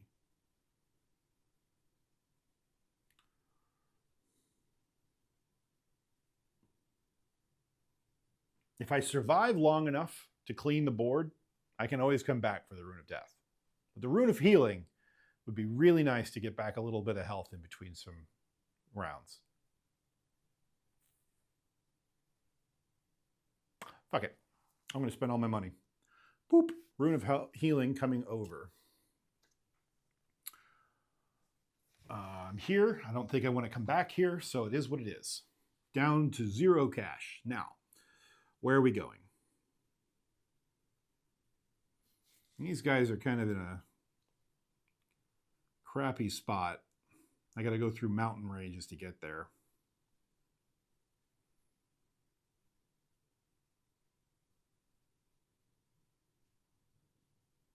Kind of tempted to take on a realm lord. I'm a little bit hubris right now, though.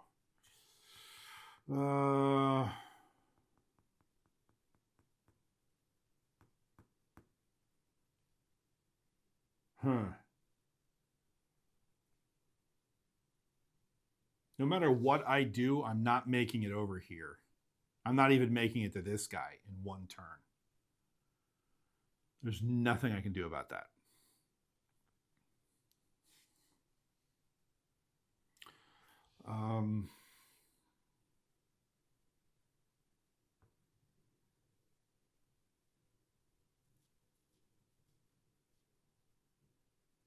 On the flip side, I could make it, if I rolled a perfect 6, I could make it all the way to the plains right here in 1 move. Or I could stop here and have my choice depending on what I roll in movement the next round. Yeah, that's probably what I'll do. All right. Doom clock. 3, ticking on down. Movement. 4. I'm already maxed up on energy. 4, huh? That's pretty terrible.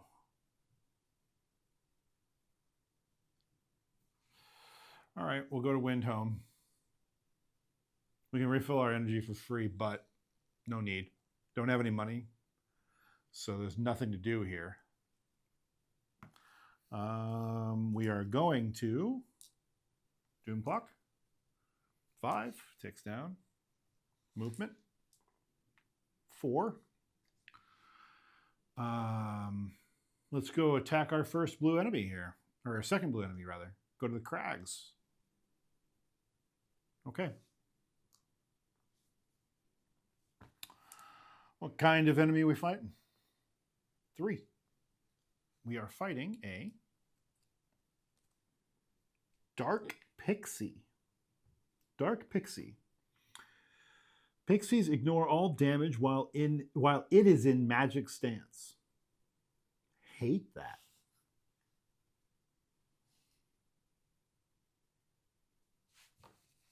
Yikes. Look at that magic attack. Woo.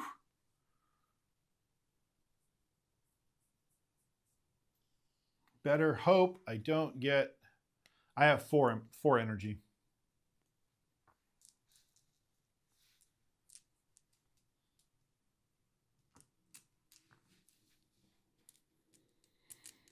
Didn't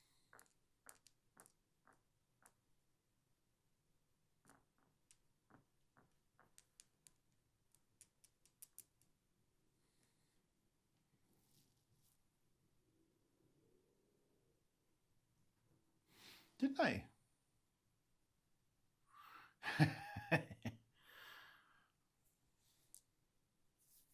You know, I'm half tempted to go check my recording from yesterday to see if I bumped that card. Because something tells me I upgraded that to 7. Sorry, to 6 energy. And I actually am not at full energy right now. But I don't know. Maybe I didn't. Maybe I made a different decision. Bought something else. It's fine. All right. Anyway, Dark Pixie. What do we got for... What do we got? We're going to fight a die on the floor. That dastardly die on the floor. 1. We are fighting an aggressive Dark Pixie. Only be in Magic stance twice, so that's not terrible. Pixies have 4 hit points. It's going to be mostly in melee, so I think we're just going to stay in melee. Pretty good spot. Okay, melee, and we are attacking. Of course he's going to go magic. I can't do any damage to him. But I still have to defend. Not defend, but I still have to win the encounter. How's that?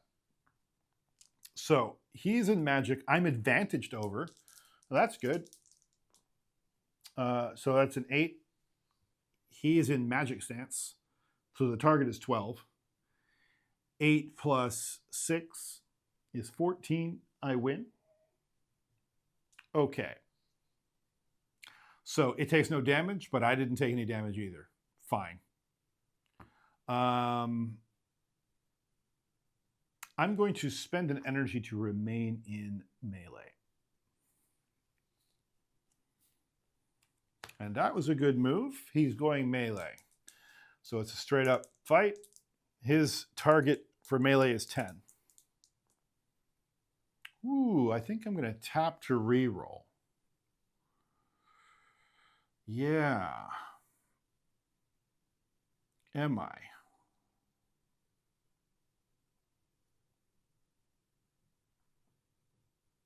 What's the target? 10? I have a plus. No, I'm not. No, I'm just going to tap the Ring of Power. After you make a combat roll, exhaust to receive a +2. That would give me a 4, plus my 6 is 10. So I successfully hit him. And that gives me 3, 2 plus, how many hit points does he have? He's got 4 hit points. He's dead because I'm going to hit Soul Render for 3. So 3 plus my 2 is 5. He dead. Boom. Dark Pixie dead. Okay, so that is 4 experience total at the moment. I get 5 gold. What? No, he's in melee. He was in Magic Last Stance. And I spent an energy to stay in melee, so I would hopefully get him in a stance that was not. So he was aggressive, and he was currently in melee stance right there. Yes. So he dead. I got 5 gold. I got 3 more experience, so I'm at 4. I need 4 more to level again. Yeah. Not a bad day's work taking out them pixies. You know, I have to say, playing the back half of the game, that the sense that you can take on the bigger and badder enemies, it feels really well balanced. I'm here. I've earned enough XP. I've earned enough money. I've made decisions to go look at shops and buy stuff. and I feel appropriately kitted out for the combats that I find myself in. So I think I'm going to try to come down here and start coming after these lords. I'm going to come after this guy in the mountains first. So I need, maybe not.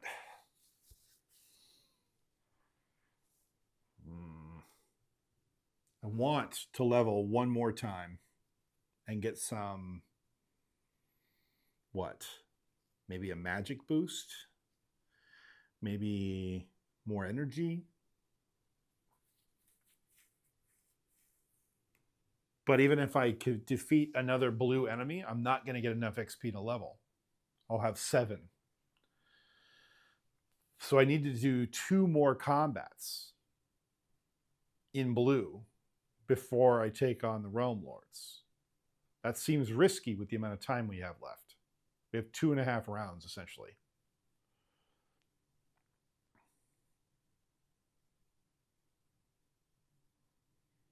So maybe we just inch our way. We take this mountain guy next, if we can, and then we try to crawl our way over here and take him down, and then we work through these Realm Lords and see how it goes. If we can counter the Death Lord and take him down, we'll win the game without having to fight the rest of them. So it's really just a game of trying to get to him.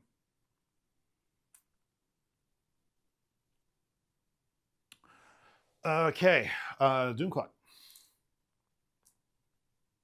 is at an 8. It's currently at a 9, so I barely stay on this level. Movement, I am maxed out, so 2 dice. I rolled a 4. Interesting. 1, 2, 2 would be enough to do that.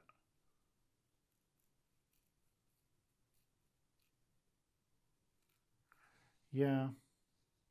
I have to fight wherever I land, though. So if I don't want to fight a Realm Lord right now, I can't end my movement in a space with a Realm Lord. I could try a Realm Lord and see if I survive it. I only have 5 gold, so I'd only be losing 3. What do we think?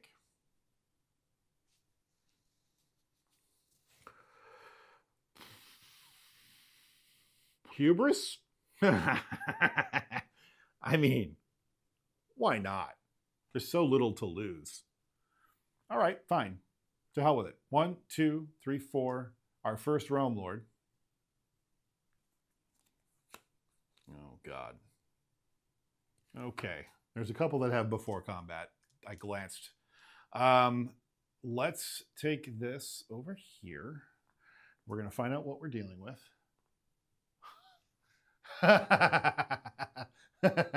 That's what I rolled.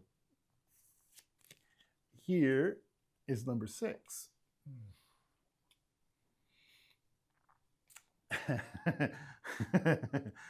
Deals 1 damage at the end of each round. If Deathlord is defeated, you win the game. If not, you lose. Yeah, 7 hit points. Are we doomed? It's the Deathlord, baby. All I have to do is not get hit. Let's go see what happens. Okay. All right, here we go. We're fighting the Deathlord. It's all or nothing. We found him. Here's the thing.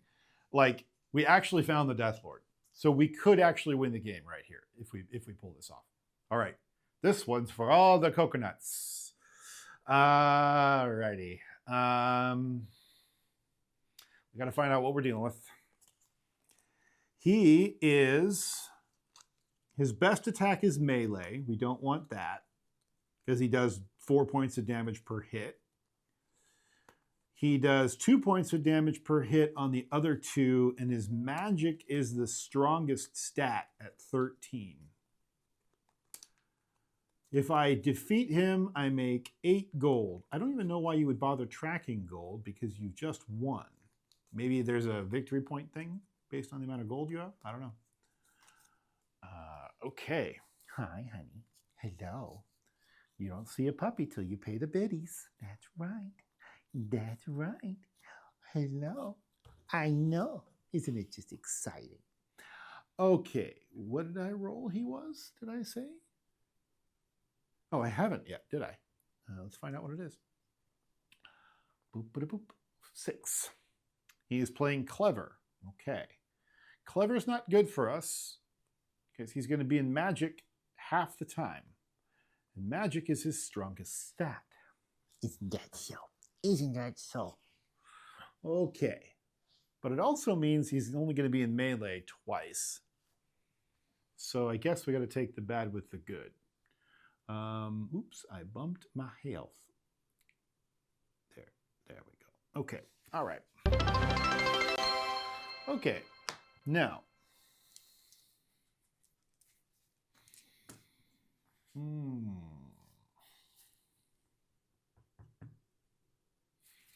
He's going to be clever. He's going to be in magic. I'm going to be advantaged over him while he's in magic. So we're going melee, to no one's surprise. He has 7 hit points. Okay. He is deciding to go ranged, which puts him advantaged over me. Love that. Bottom 2 dice. 4. But he's going ranged. Ranged is his lowest stat at 11. Ooh. He's going 4. I'm going, what is that, 10? So I need to bump it. I think we exhaust the Ring of Power for our +2, which makes it successful, which then means I can use Soul Render. I'll only be able to get away with that once, though.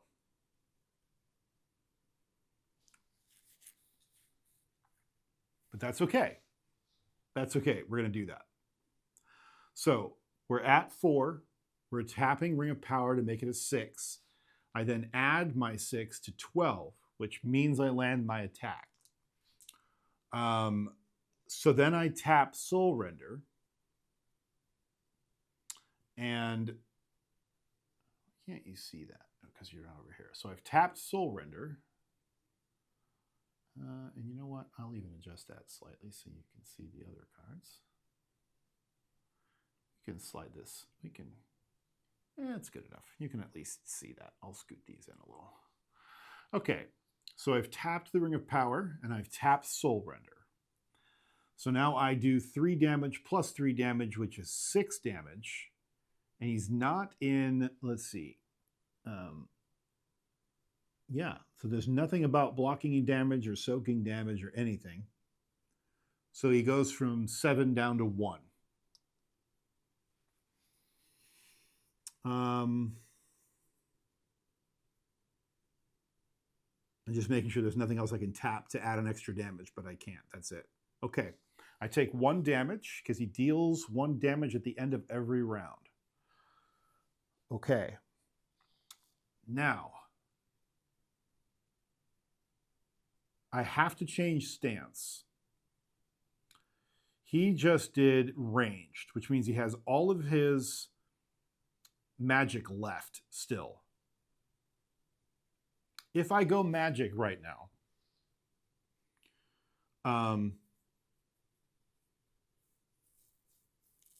I would be at a +4, and there's a 40% chance that I'll end up being disadvantaged to him. If he does, no attack he lands right now will outright kill me. But the damage he deals at the end of the round will.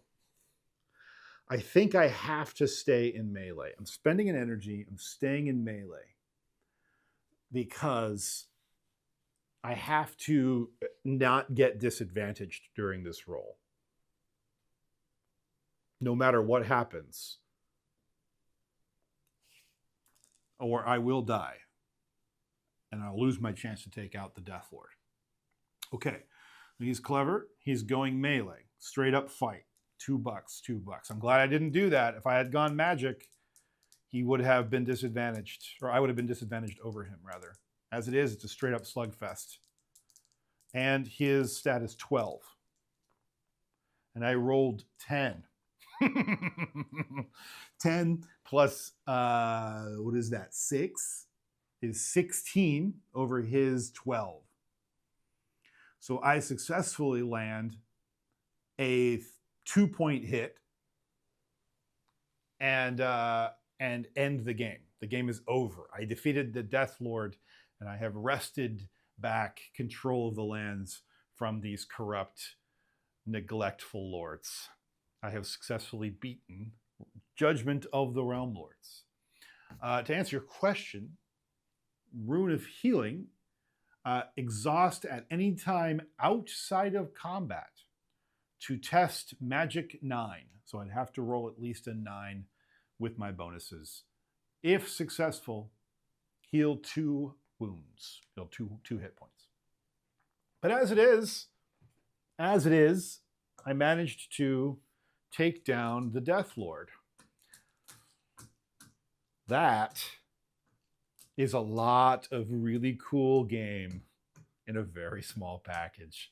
You know, yeah, it's repetitive because you're doing a lot of combat, but you're fighting different stuff, different combination of cards. The each of these decks of different items, I'll zoom out. Each of these decks, there's still 8 cards in the armor deck. I have no idea what any of them do, right? Not counting the one that I sold, there are, is there still 8 in weapon deck too? Yeah, there's still, I think there's 8 in every one of these decks.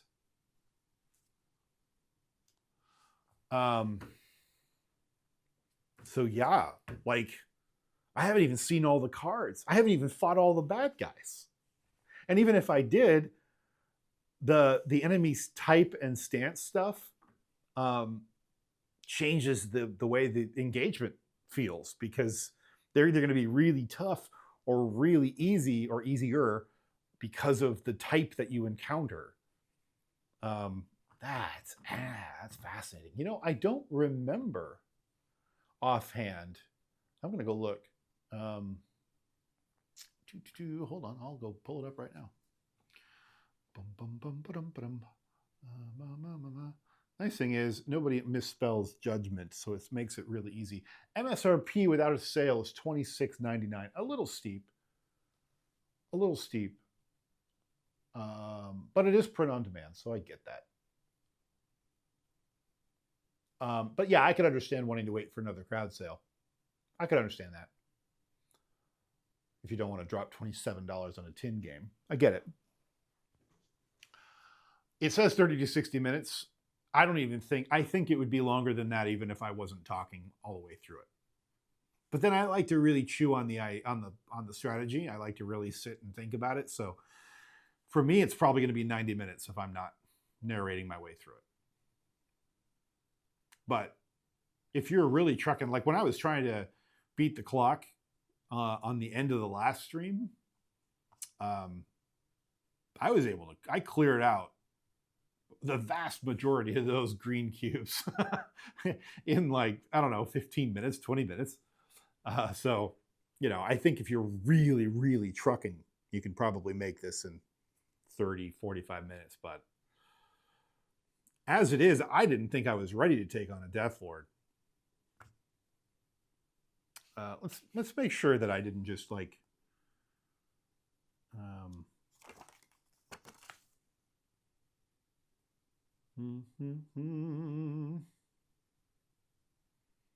did I miss anything? I don't think so, but I just want to make sure. How to win. You must defeat the Death Lord or 3 of the other Realm Lords. Okay, that's exactly what I did. Great. All right, cool, great. You know, and I don't even feel.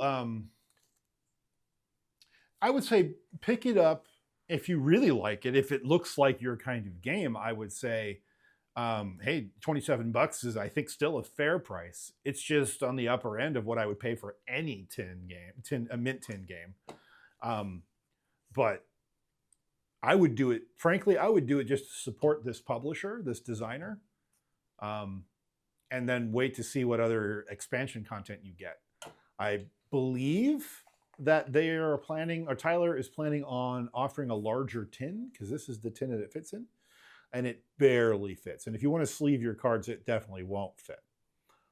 So I believe he's going to be offering a larger tin, and I may be doing that with expansion content. I don't know that part for certain, but I do know he's heard the call for a slightly taller tin to make everything fit, and I can't imagine that the way this game sold during the last crowd sale, I can't imagine he's going to sit on his laurels with it. He's got one other game. It's a really expensive space game, which I'm actually kind of interested in. So after seeing this, I might check it out, or at least put it on the list for the next crowd sale and see if it shows up on that sale. May not though. But yeah, this has been Judgment of the Realm Lords. This has been Judgment of the Realm Lords, Part 2. Thank you for coming back and seeing Part 2. I'm going to splice all this together into one video on YouTube, so you'll be able to see Part 1 and Part 2 in one shot. But yeah, honestly, I say pick it up if you like this kind of game. If you're like a kind of a crawler kind of game where you're crawling around and kitting out your gear, I'm all for it. A lot of game in this little tin. Strongly recommended, actually, especially as a cool little, like, put this in your pocket and play a board game anywhere you want. This is, by the way, banana for scale. This is an adult human hand. That tells you the amount of table space you need. You don't need much space to take on this game. This game can be played almost on a TV tray. Not quite, but almost. That gives you some indication of where you are. So, look, bang for buck wise, I think the dollar value on this is high. I like this more than most of my other tiny, small box kind of dungeon crawly kinds of games, just because there's a lot going on here. I'd say the only other person that comes close is Jason Glover and his games, and his stuff is just masterfully done, but they take up more table space. So if you're looking for a travel game, doesn't eat up a lot of table space, gives you a lot of game in a small package, Judgment of the Realm Lords kind of hits. That's it from me. Thanks again for joining me, and we'll see you again next week. Take care, everybody.